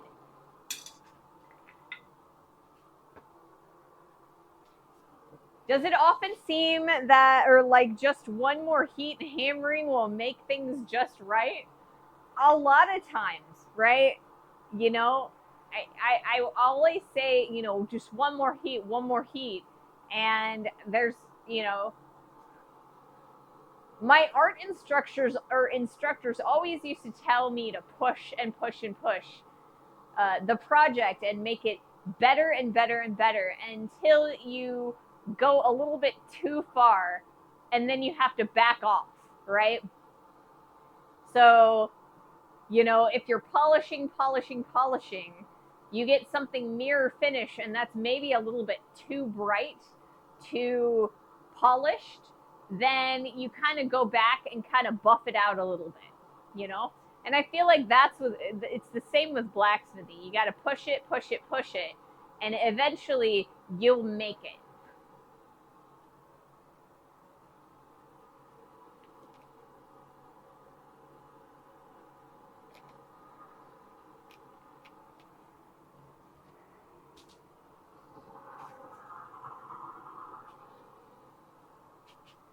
Then you can also, like, if you bring it all the way up to its most perfectest sense, and you want to put flaws in it, then you can go back and put specific flaws in it that is like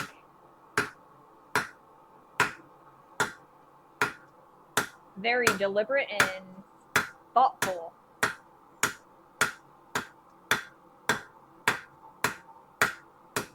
All right.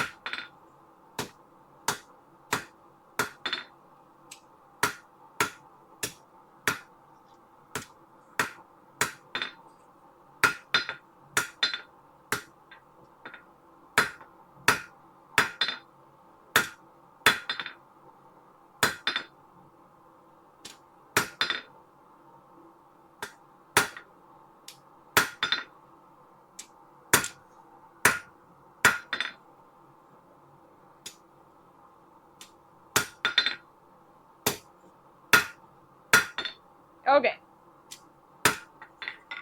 We're done with this side for the moment. So now let's work on this side. Let's work on this side. We have grown on that side a little bit, so it's time, we should be able to grow a little bit on this side after we've rounded it out more.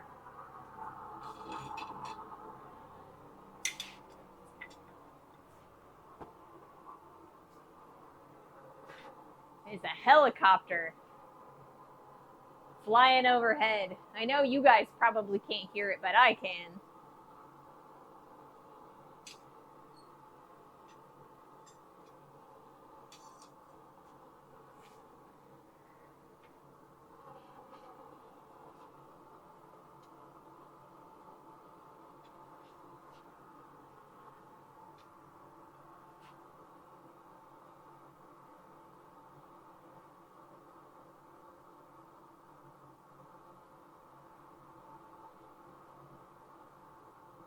I think it'll be all right.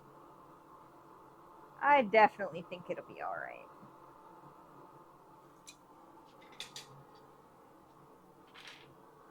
Kind of trying to take a look at it and make sure that I am doing it right, if that makes sense.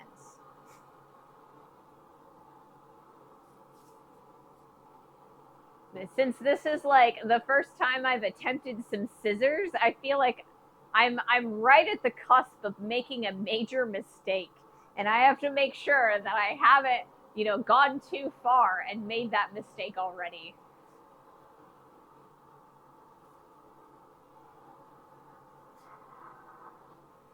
All right. I'm gonna move this out of the way a little bit. I gotta figure out a good place to put it. I guess it can go here for the moment. And then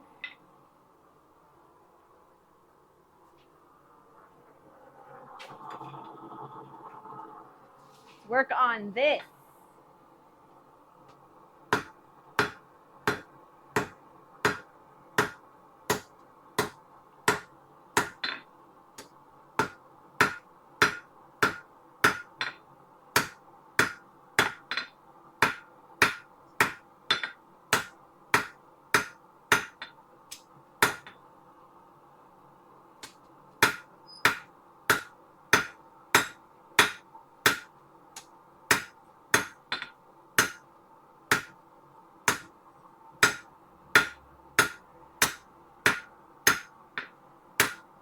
All right, more heat.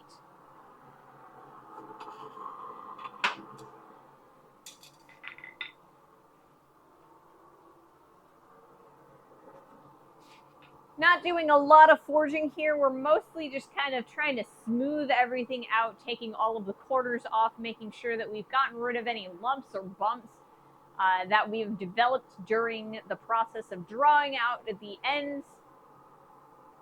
Overall, I think we're doing all right.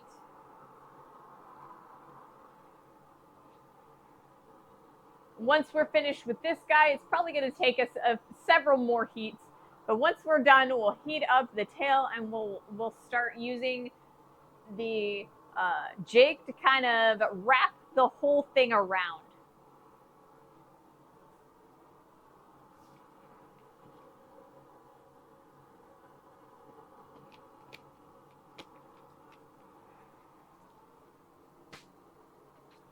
I gotta remember that when I wrap it around, I want to wrap it outside.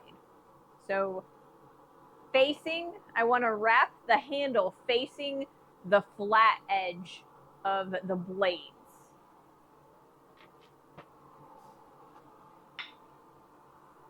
We'll kind of see how far we can kind of reach that, if we've got any extra tail material that we can like wrap around the handles for a little bit of decoration, or if we've got, you know, if we have just enough for the loops that we're trying to make. All right, let's do another heat. After this heat, I'll probably change the angle again for the variety of it all.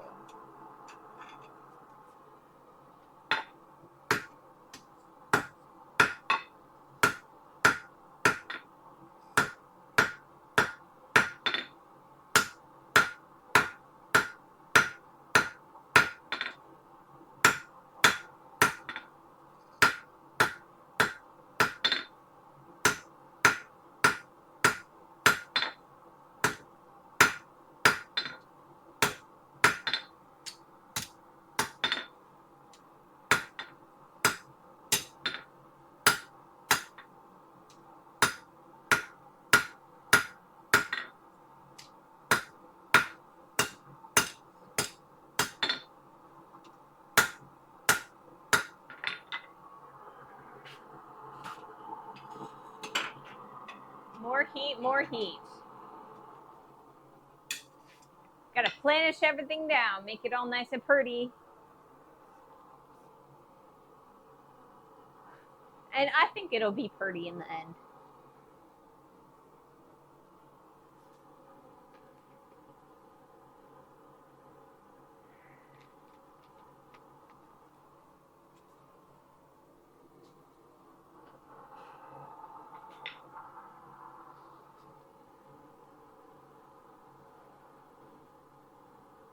Pretty bright outside today.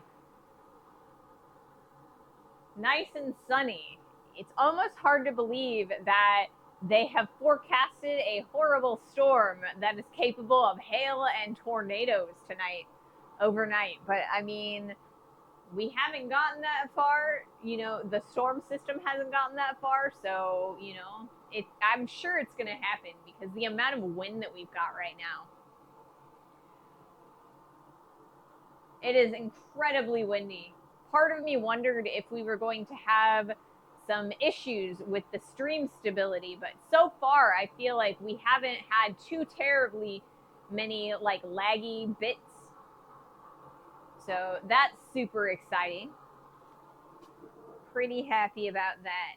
It's been quite a while since we've had a fully, you know, prettified stream, or like I guess a stable stream.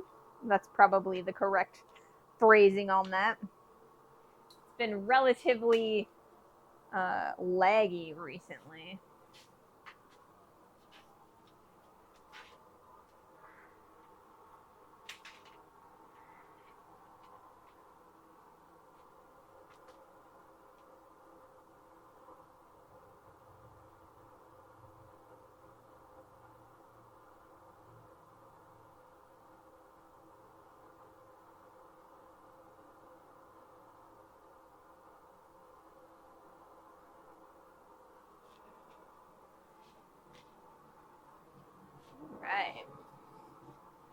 You know, you're actually making me feel like I could make a pair of scissors. I mean, they won't cut, but I'm okay with that.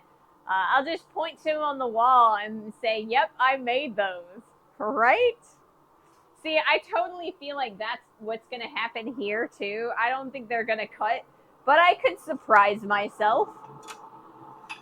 I could surprise myself. And you know what? I'm hoping I surprise myself.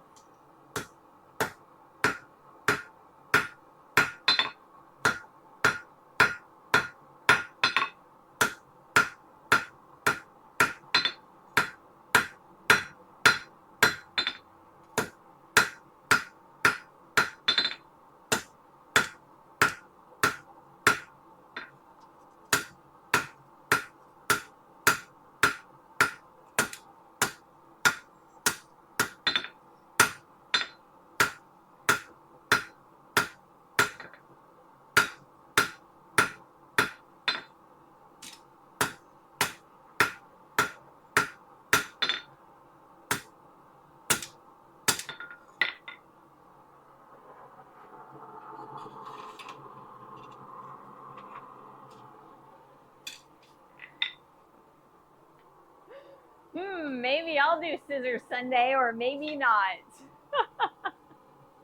I mean, it's a fun project.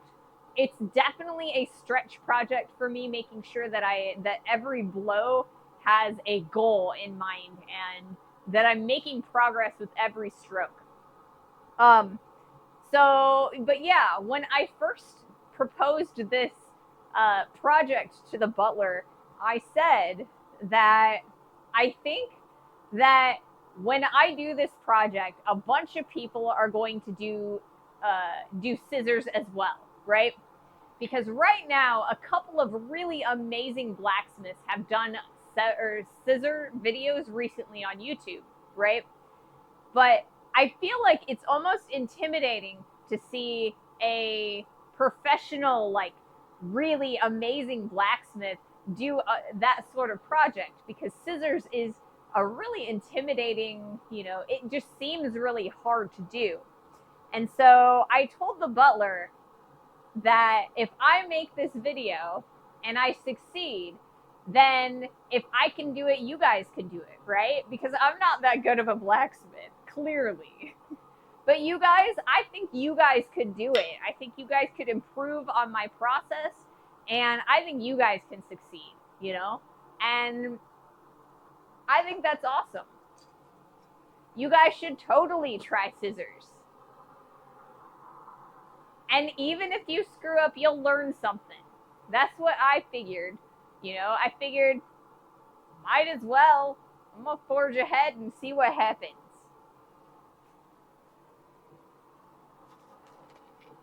But yeah, if I can do it, you guys can definitely do it. Well, I mean, if Lexi can do it. Yeah. If a novice blacksmith can do a stretch project, you guys can too.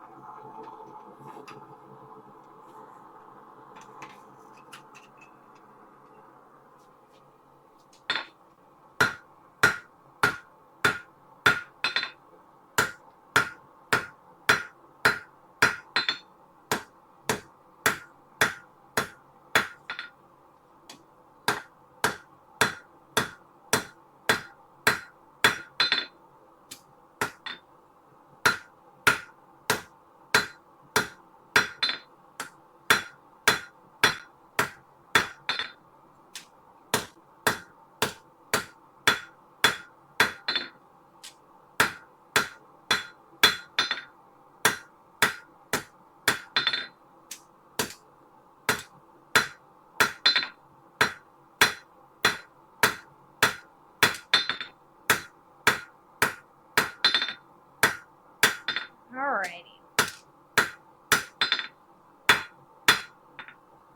I'm going to do one more heat rounding this out, because right now this is exactly where I would leave it. So if I do one more heat, then it'll be better.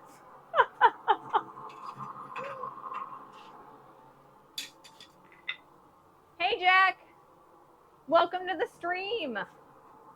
Welcome, welcome.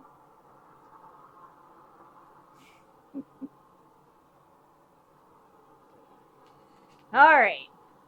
So like I said, we're going to do one more heat for the moment on rounding out this half of the scissors.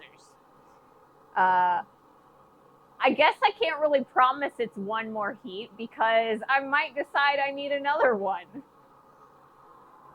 But this is where I would have normally left these scissor handles rounded out in this way. So I feel like if I do one more heat, they'll planish a lot easier and a lot better.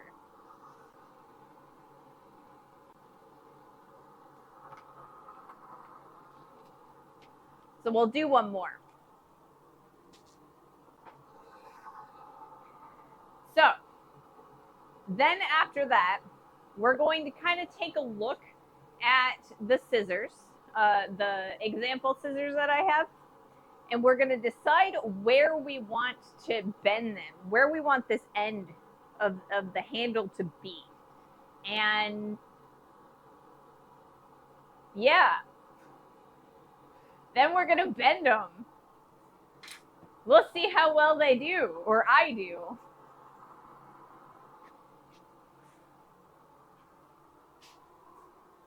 Fingers crossed, guys, that I can get this to work.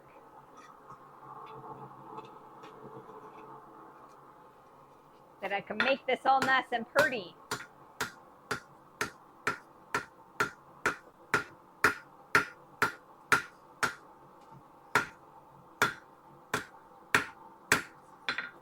Yeah, as I almost drop it.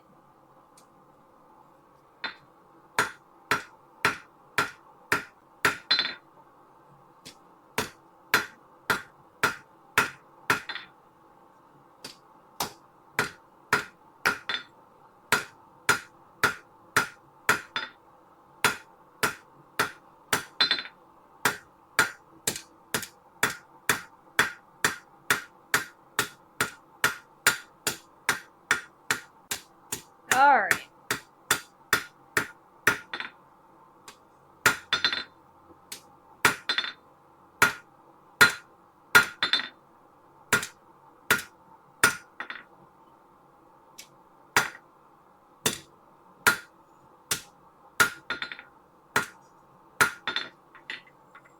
Alrighty. I think we're all right with that. I think I'm happy with how round these guys are. All right.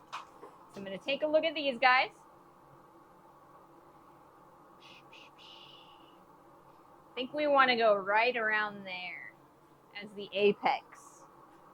We'll give ourselves a little bit of extra room from how long these scissors are. So this right here is where the rivet's going to go. Or I guess I should flip them. Because, yeah, this right here is where the rivet's going to go. So you guys can kind of see that. So if I compare the size, I probably want to, right here is where I want the apex of that bend to be. So we're going to bend it this direction, this way. So yeah, let's see what we can do with that. I want to heat up this section right here.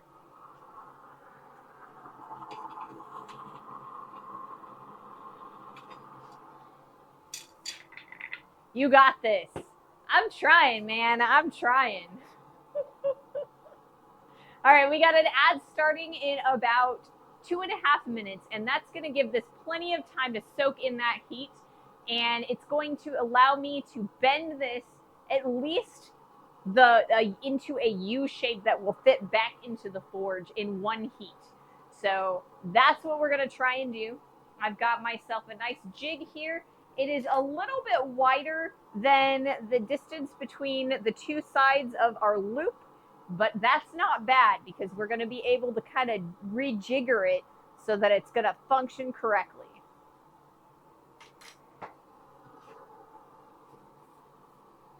I just got to remember that we need to bend it in the same direction as the flat edge.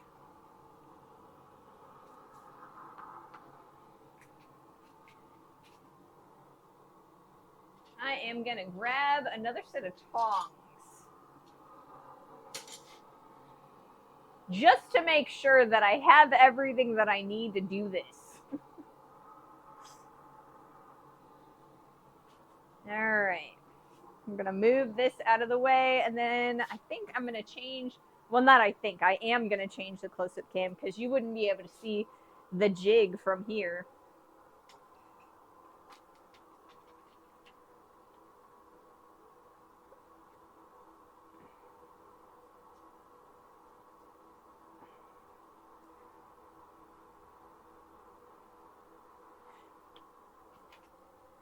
All right, I have to go around the back side of the setup so that I can fit behind the camera.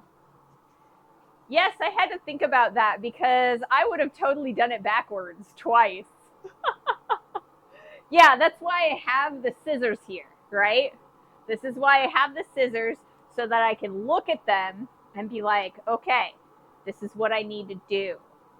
And I mean, it totally doesn't even make sense going backwards when I look at these guys. I just know that the shears that I have seen that other blacksmiths have made go outside.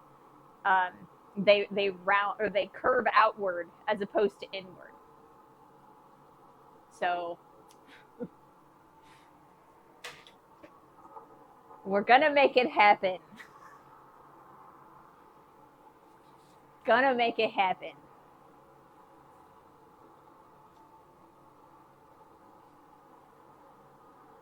I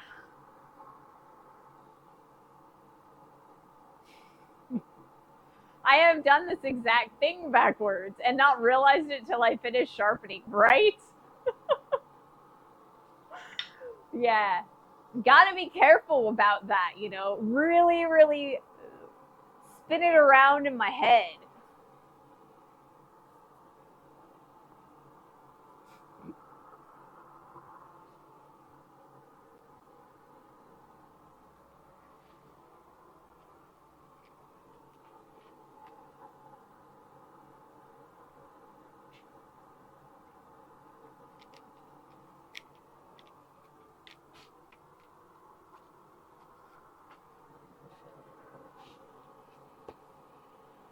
Oh, goodness. All right. The flat edge is the middle. And we want to go to the same direction as the middle. Okay. Just reminding myself. Keep that in your brain, Ray. Keep that in your brain. Towards the flat side. Towards the flat side.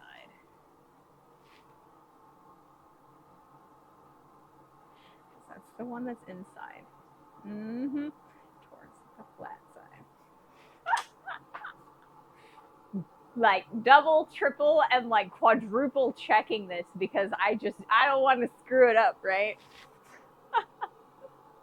Because I mean, theoretically, if I do screw it up, I'll just put a twist in there, guys. But I'm pretty sure that we are where we need to be. All right, let's do this. Wish me luck, guys. Wish me luck. So there's the jig.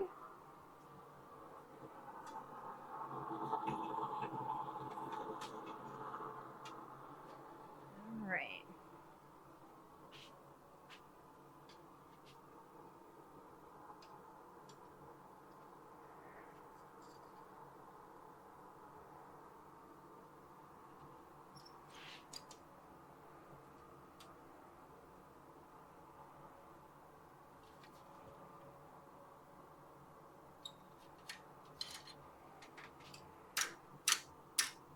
Okay.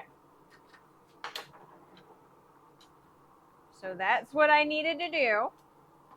So we're going to need to flatten this out on the face of the anvil. But before we do that, I want to do the other side. So I can make sure that we do it the exact same way. So I'm probably just going to hang that one right there. My next project is my monthly challenge. I'll be casting the stock for it today. Maybe I'll try scissors if I have propane left in a couple of weeks. So are you talking, Lexi, are you talking about the monthly challenge for the Insta group? A bottle opener?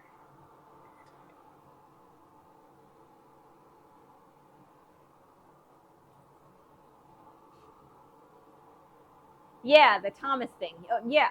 So we have a monthly challenge on Instagram, and we're doing a bottle opener. And a leaf or a flower. Can't forget that. I'll probably do a leaf. Just because I'm starting to run a little bit low on sheet steel. So I don't think I'd be able to cut out enough petals to make a leaf, or I mean to make a flower accurately enough.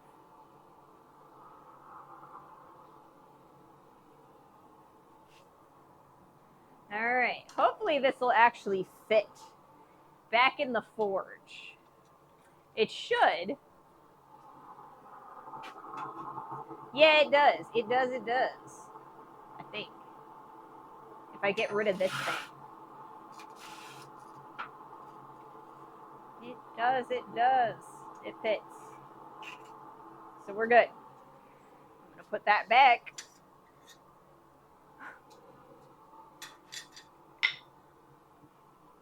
So that I can kind of figure out how long I need it to be. I need to put it on this direction.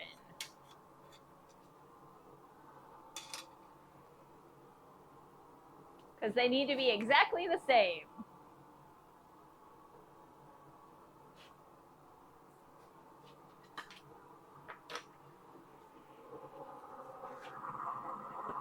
Okay. Little bit longer, and then we'll be able to do this.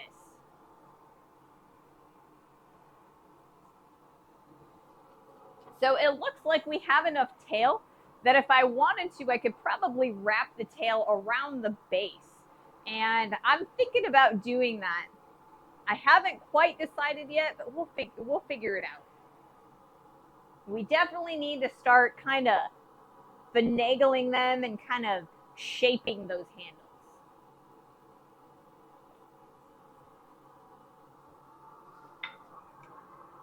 All right, do we have enough heat? I think we do, guys. I'm casting a bar of aluminum bronze and doing a one-piece bottle opener Rubik's twist with the tail wrapping around the handle and a leaf at the end of the top of the opener like a thumb rest. Ooh, that's gonna be pretty. I love Rubik's Cube twists. There's so much work though. Okay, guys. Number 2.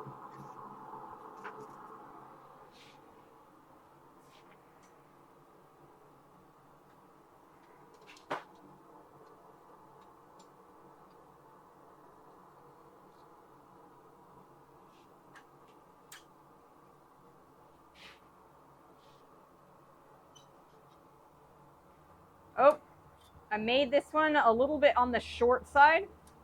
So what we're going to do is we're going to reheat this one, and then we're going to beat the tail a little bit shorter because the tail is too long on this one, so I need to fix that.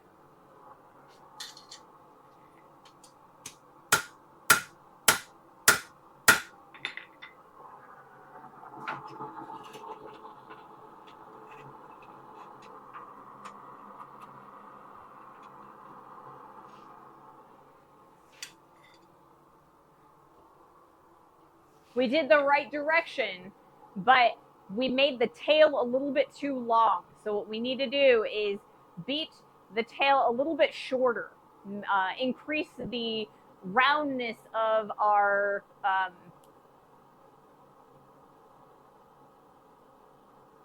what am I trying to say? Of the loop. Okay, I'm casting like 3 bars because I know I'm gonna accidentally crumble it at least once. Right? It's so easy to crumble bronze and brass when you are forging them. I forged both, but I was not happy. It was not fun.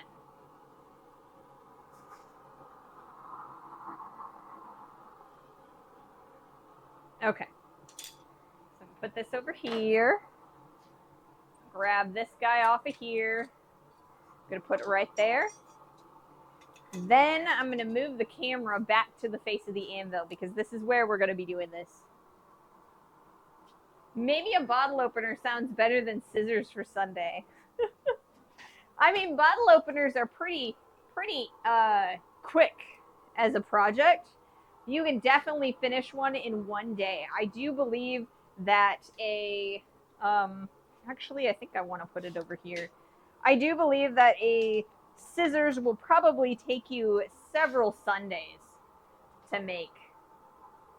Or maybe I'm just, slow. But forging this guy is definitely a 3-stream project, at least for me. And then I'm definitely going to be doing a...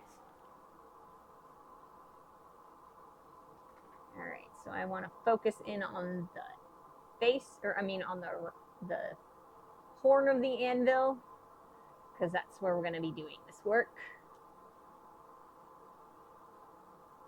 Okay, cool. We should be good to go there.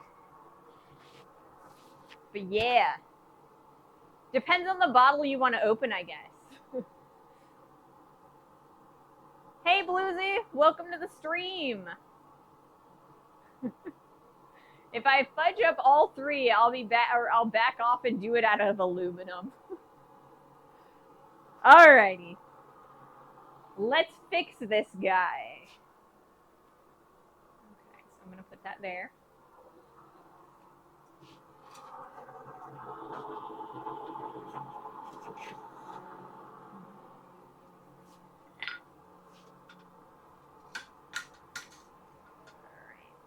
So I kind of want to flatten out this, maybe. It is going to take me some effort to figure out how I want to go about doing this.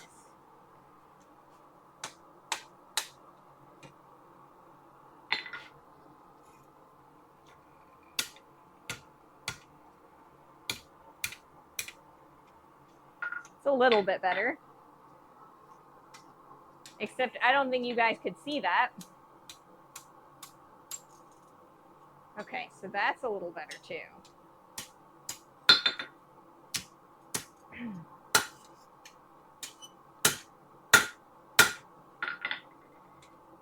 Alright. Okay. So I think we're pretty good on that. So let's heat this back up. Apologies, I don't know that you guys could have seen that very well.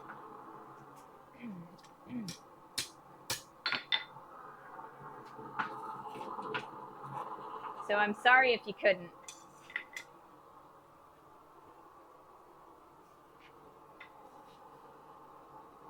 I taught Thomas how to forge aluminum at Quad State 23, so that's fitting nut I want to challenge myself with as well. Yeah.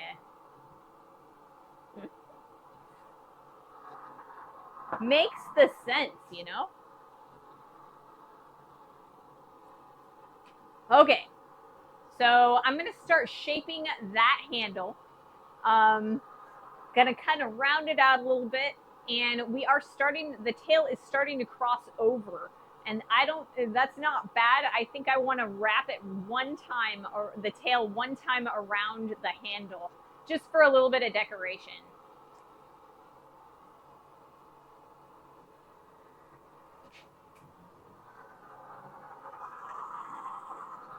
Okay. This Oh, making a fitting nut is not easy. I mean, I am an absolute nut. How do you make one that fits?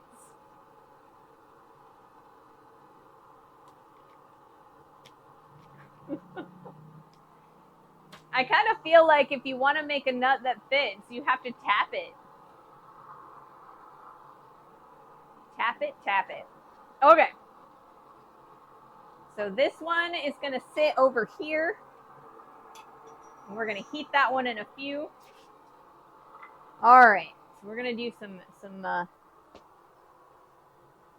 work.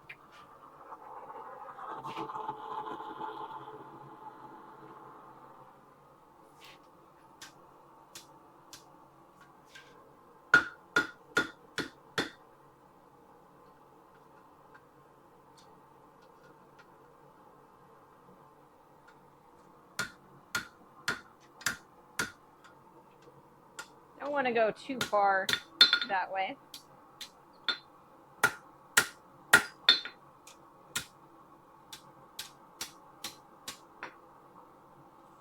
Okay.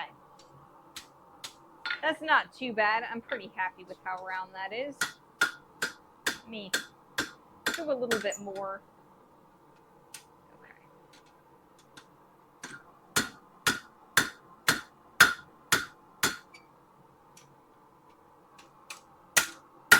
Okay. A couple more heats on that side.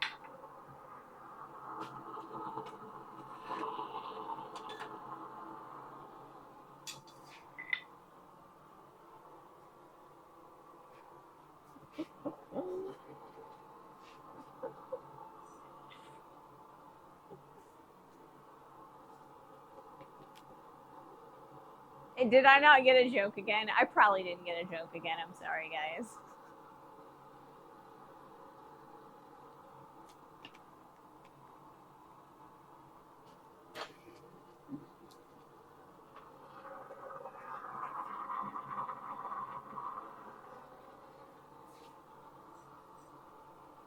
Okay. One more heat on the round section of this guy, and then we're going to turn it around and work on the tail section so we can get that wrap. You are a little too literal. You're right, I am. I'm sorry.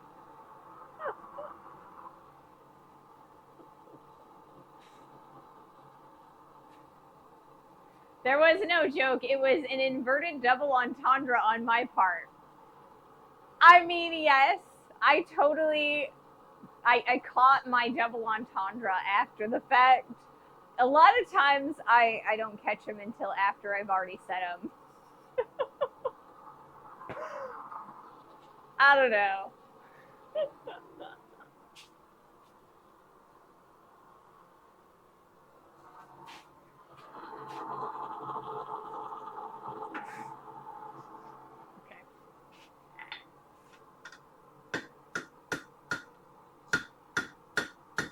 Okay.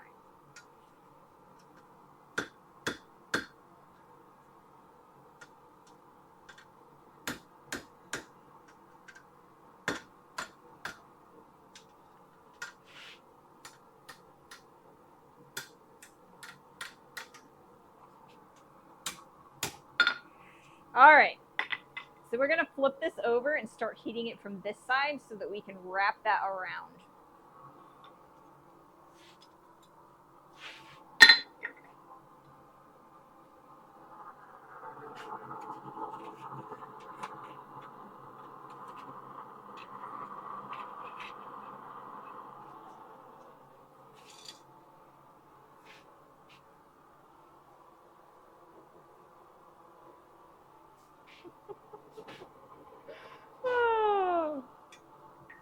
I mean, I did get it, but not until after I had said it. So it is kind of innocent Ray, but also, you know, I got it. I almost said something about I apologize for the double entendre, the pun there, but, you know, I do try to be. It's kind of that whole walk the line between if I point it out, then, you know, is it, if I don't point it out, will you guys glaze over it? And pointing it out where, you know, what's the more family friendly thing to do?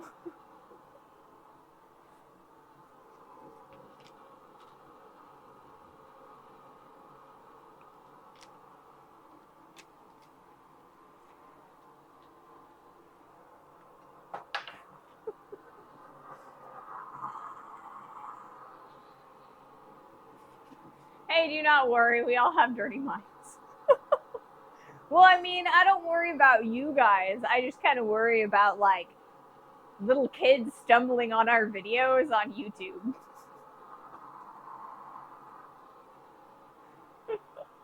You know, the most interesting people I meet had the most dirty minds.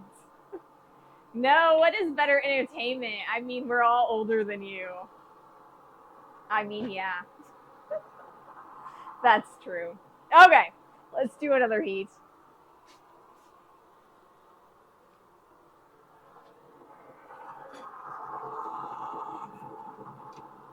Gotta be a little bit careful that I don't squish this guy at this point.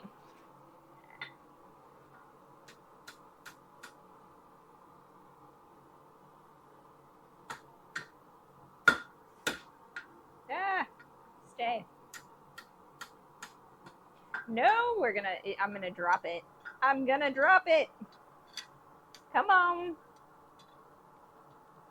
There we go. Goodness gracious.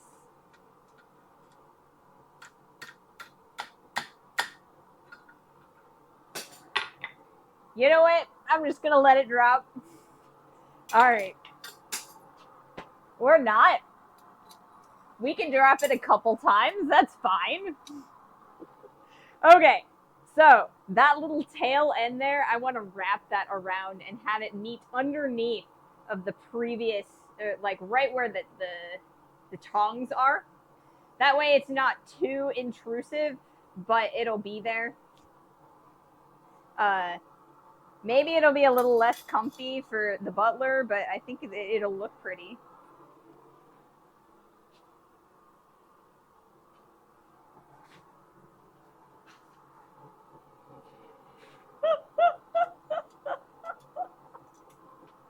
Oh, my auto mod, guys. All right, I have reached a point where I cannot get this guy in there very well. Doing my best. I'll put that like that, and hopefully I'll be able to.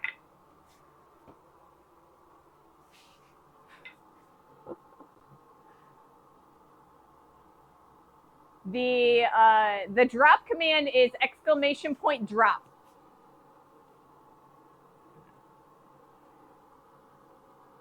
Well, it only caught the section between your and do.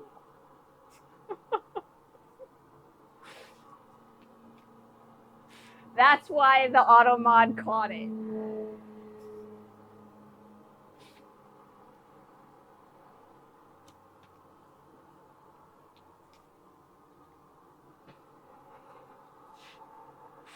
Wow.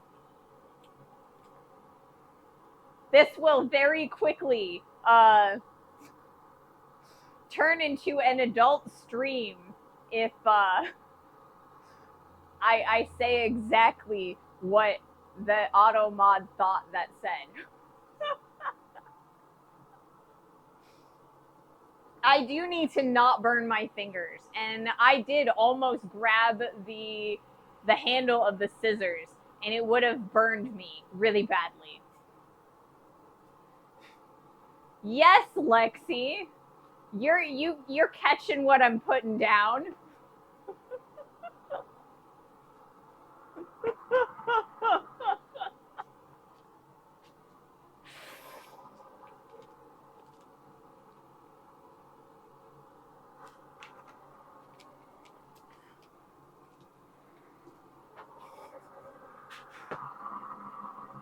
All right. So we're going to do another heat. This is going to be a really slow heat. It's going to be kind of weird because I don't know how well this is going to function. But I'm going to grab these guys and we're going to do our best. Hey, I said I had a dirty mind, but it's not that dirty. Okay.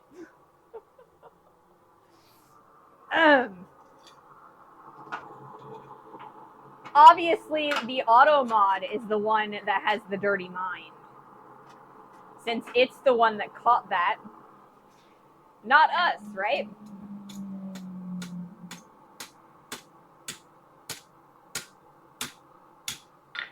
Okay, well that is not working right either.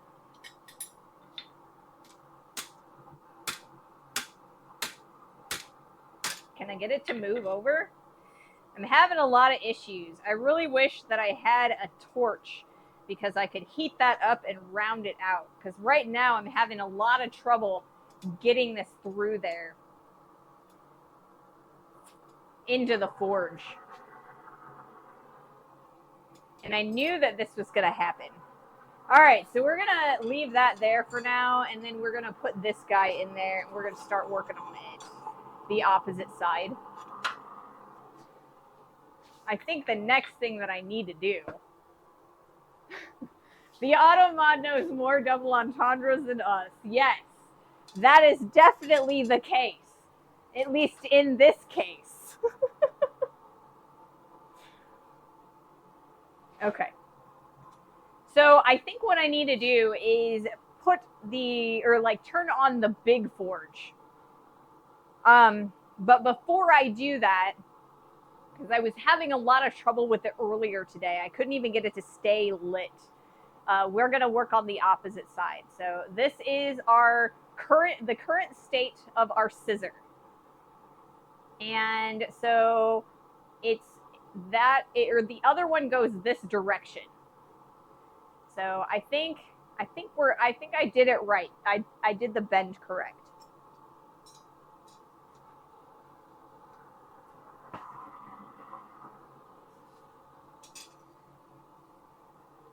Okay.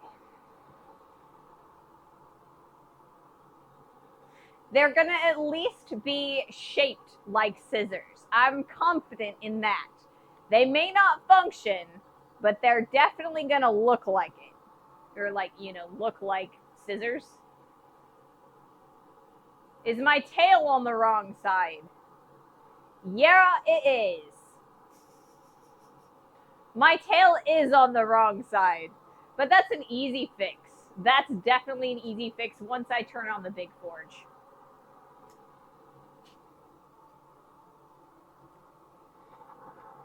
Okay. Just remember that, yeah. The tail is currently... So the problem that I'm going to have with this, because I'm going to show you guys that real fast, is because this is where the shelf is. So this is where the scissors actually cross. So this is on the wrong side because this is going to interfere with the other side. So the tail needs to go on the opposite side.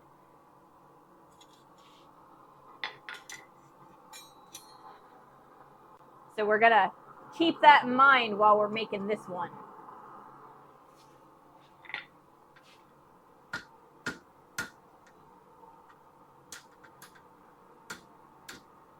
Haha. Better.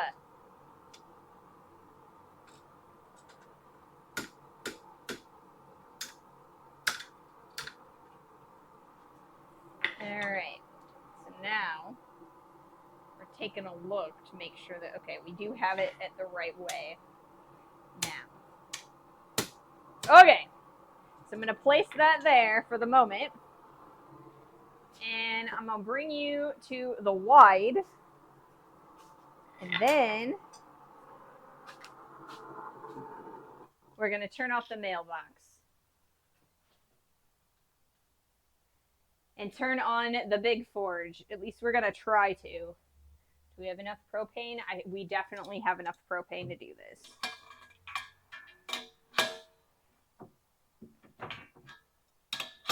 Fingers crossed that it actually functions correctly, though.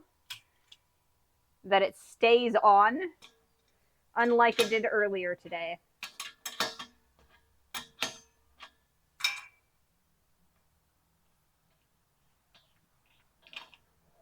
Okay. So that one goes over there while this one comes over here like so.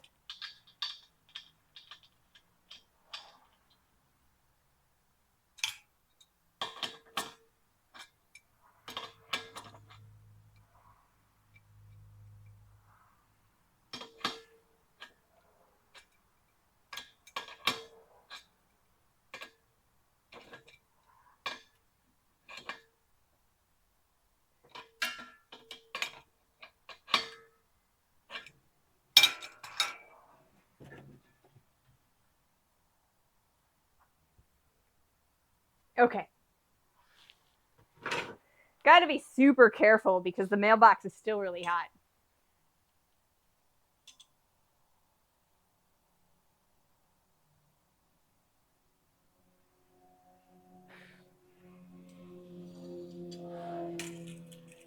All right, let's turn on the other forge.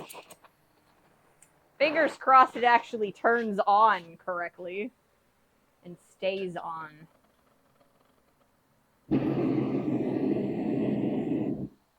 Nope.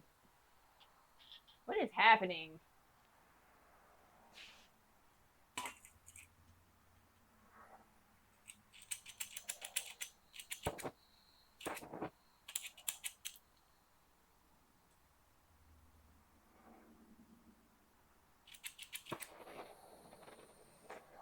Apologies for missing you guys' comments. I'm sure you guys are having a good old time.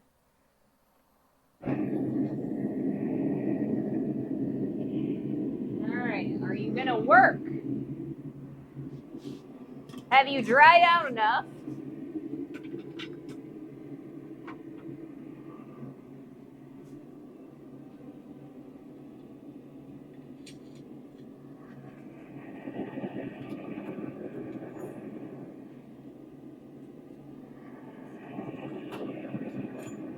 Okay.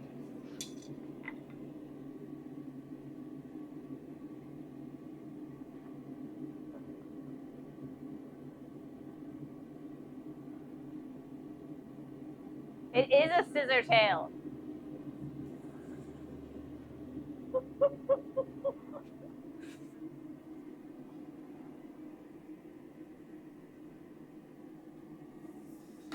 If I'm being completely honest, I was kind of asking for some of this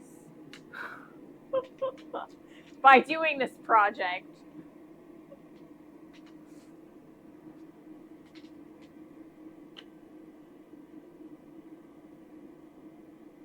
Okay.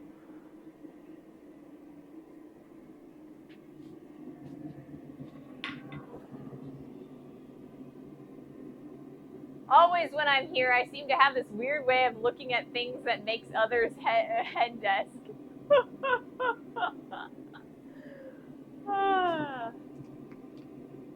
Time is it? Oh, it's 2:30. We're going a little bit on the long side, I think. So I want to curl this, or I want to finish these handles. And then once we finish the or like the tails on the handles, then I'll probably braid off.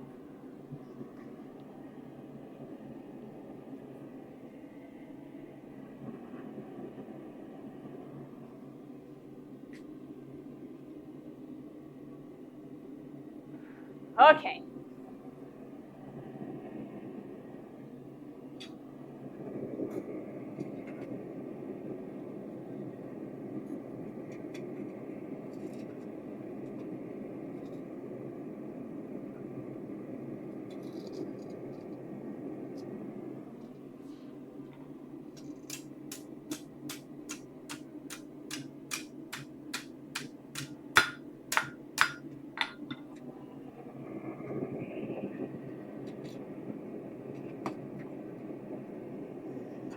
Okay.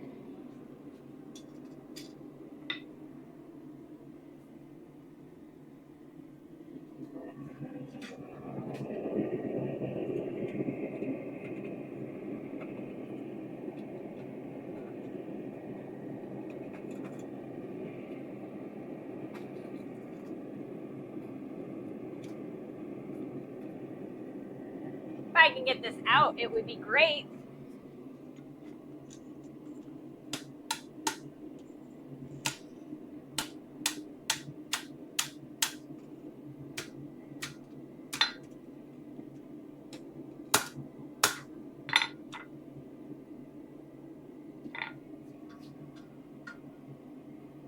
All right, we're gonna heat this up again. We'll see what we can do. Let's try this one now, the other side.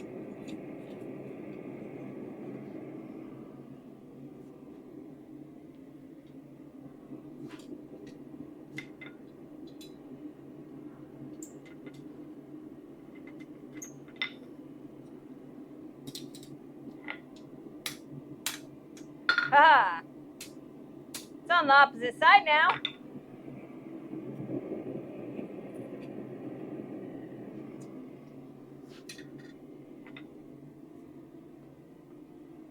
Okay, I'm gonna let those soak for a little bit, and then we're gonna probably use the scrolling tongs to get this to work the way I wanted to.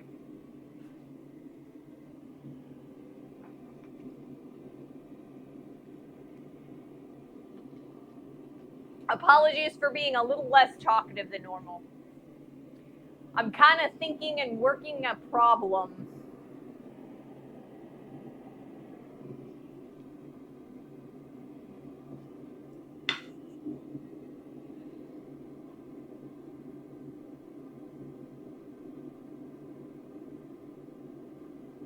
So yeah.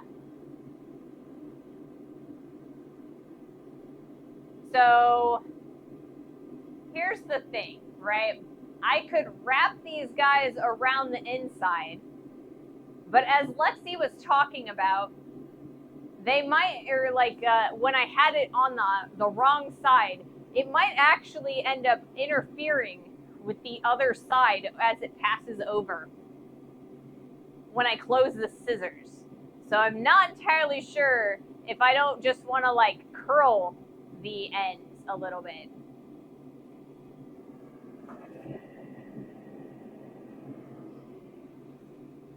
We'll kind of see. I'll decide. All right, let's do this one. I'll probably decide between now and next stream if I want to modify this at all.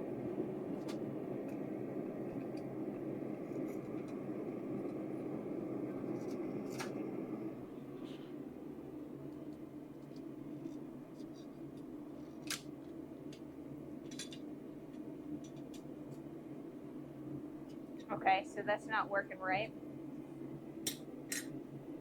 Not the way I wanted to, though. Anyway. Okay. How am I going to do this?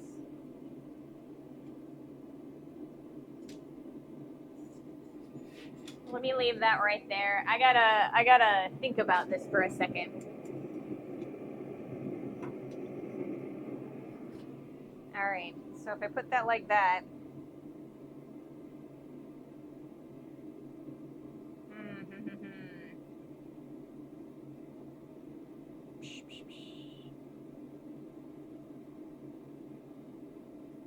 Instead of wrapping the tail around the blade, it's going to end up interfering if I do that. So I think what we're going to have to do is maybe curl that or cut it. Curl it or cut it.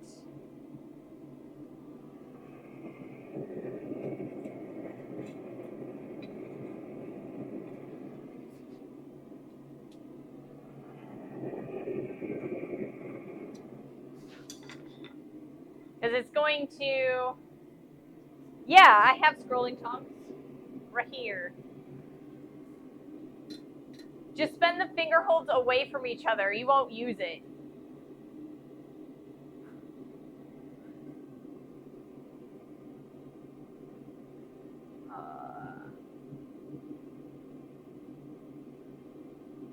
Curl it to make an S shape. So, okay, so right now we have...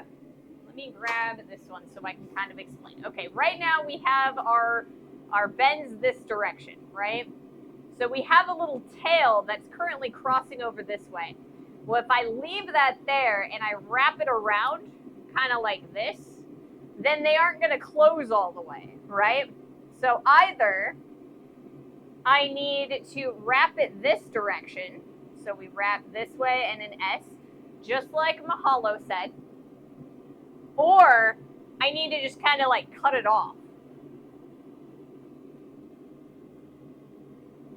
So we have a little bit of extra material that we have to kind of deal with a little bit.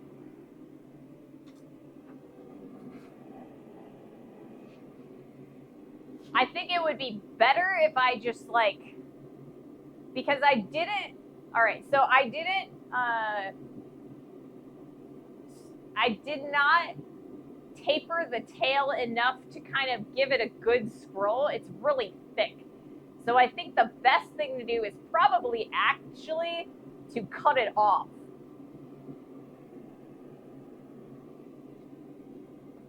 But I'm starting to think that maybe I should take the weekend to kind of come up with a solution.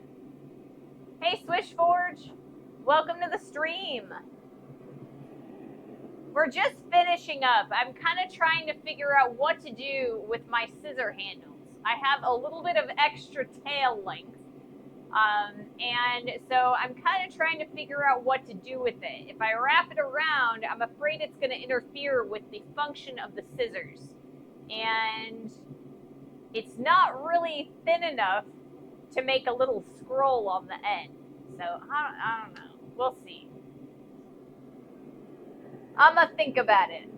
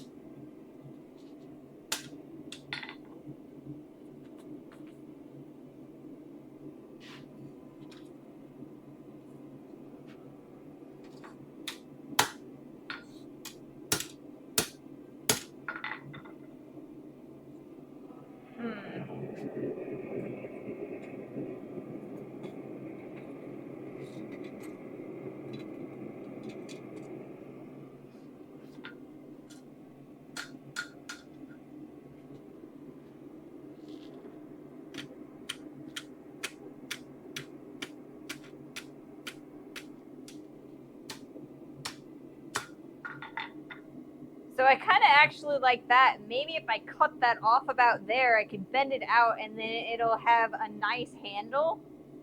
But this is too thick for me to really scroll it this direction. If I were to like pick up this end and kind of scroll it this, this way, I think that's going to be, and I definitely think that if I wrap it around, it's going to mess with this.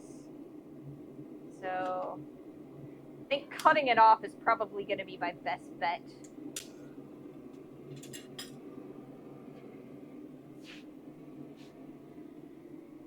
I mean, yes, more decor is definitely better, but I didn't... If you cut the excess off, you will have material to make the rivet. That's very true. Bend it at a 90-degree angle away from the plane of the scissor to make the most annoying pair of scissors imaginable. That would be super annoying. That would be super annoying. So yeah, I think I'm going to leave both of them as close to this as I can. And then I will think on this over the weekend and kind of try and figure out, like, if I want to reforge this section, like the little tail a little bit thinner, or how I want to go about doing that, if I just want to cut it off. The simple solution is just to cut it off. So, try scrolling. If it doesn't work, then trim. That's kind of, what I was thinking, really, to be honest.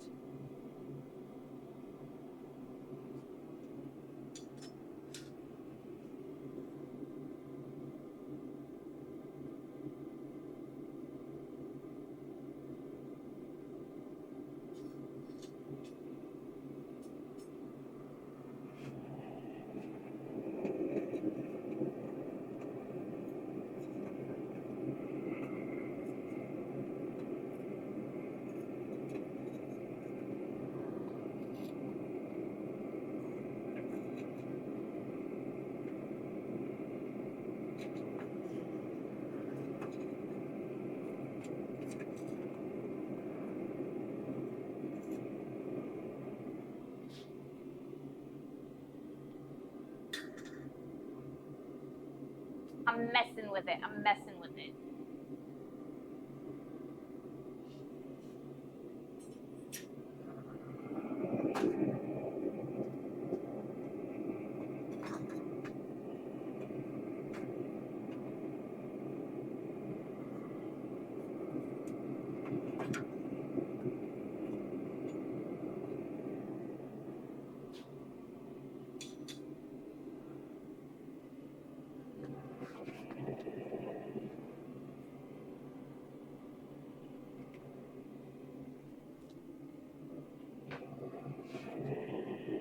Okay.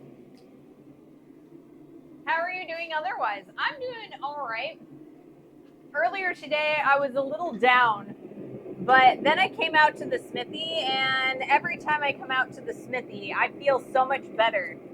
Hanging out with you guys and working in the forge, that's like my favorite thing to do.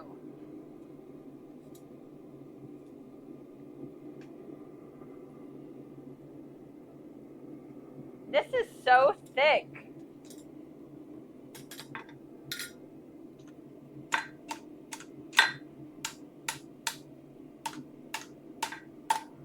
Okay, there's that. It's a little better.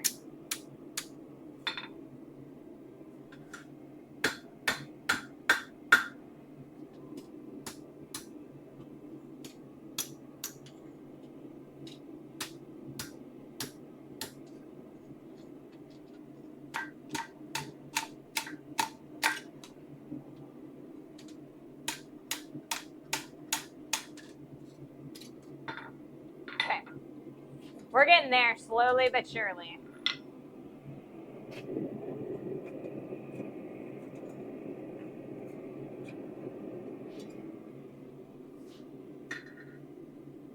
That's nice. Free therapy. Don't forget or do yourself a favor and quench the handle to almost the scroll. I think you're right. I think you're right, John. I think what I'm going to do is I'm going to do one more heat, and then I'll probably end the stream.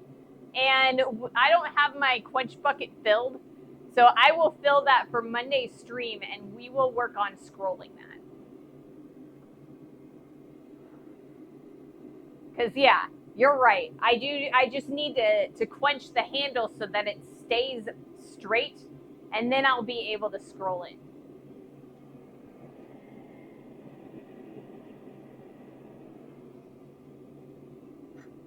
So I'm going to take this guy out because this is where I need it to be. If we're going to scroll it, this is where I want the other side to be.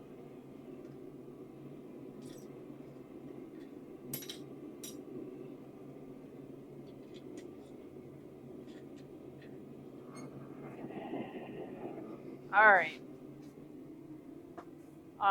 It is a coil spring.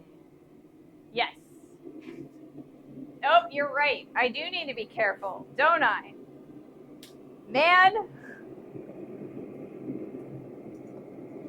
I'm trying. Trying to ruin it for myself, seems.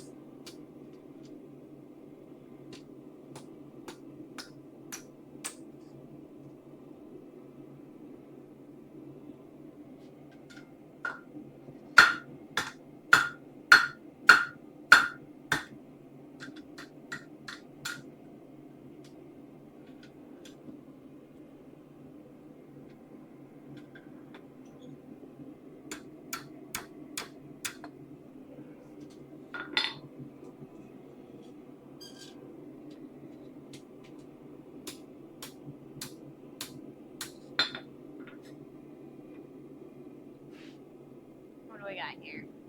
Are these close enough?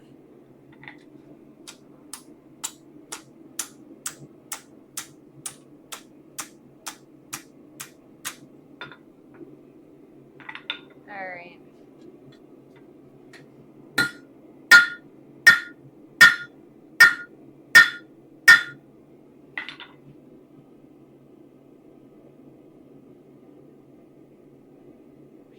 Close enough. All right, for the moment, I'm going to leave it here. We've got two handles that are, I need to do some work on them, but I think that we can handle it. It's work I think we can do. Actually, you can do quick dips and bring it down.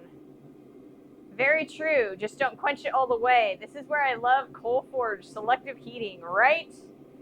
That, or I need like a torch. A torch would be beautiful here, but I don't have one. Yeah, just get the part you don't want to bend. All right. So what we're going to do is I'm going to rate off right now. I'm going to think on this and see what I want to do. And we will finish this in the very beginning of Monday's stream. And then we will start doing the grinding and cleanup. So, yeah, I think that's what we're going to be doing. Okay. So thank you all so much for joining me today. Yes, I need to think. I need to think. That is tiring. All right, guys. So, like I said, I'm going to raid off for the day. I hope you guys have a wonderful rest of your day and rest of your weekend. And I will see you guys Monday.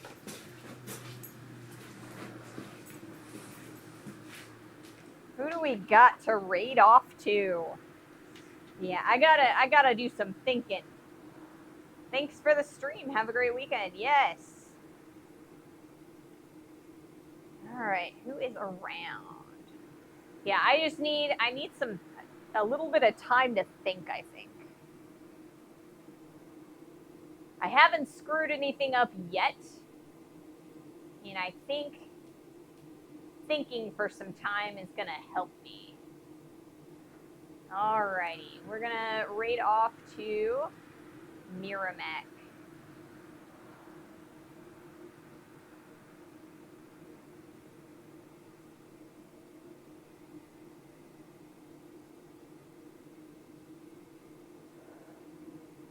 Ooh, we're trimming pots.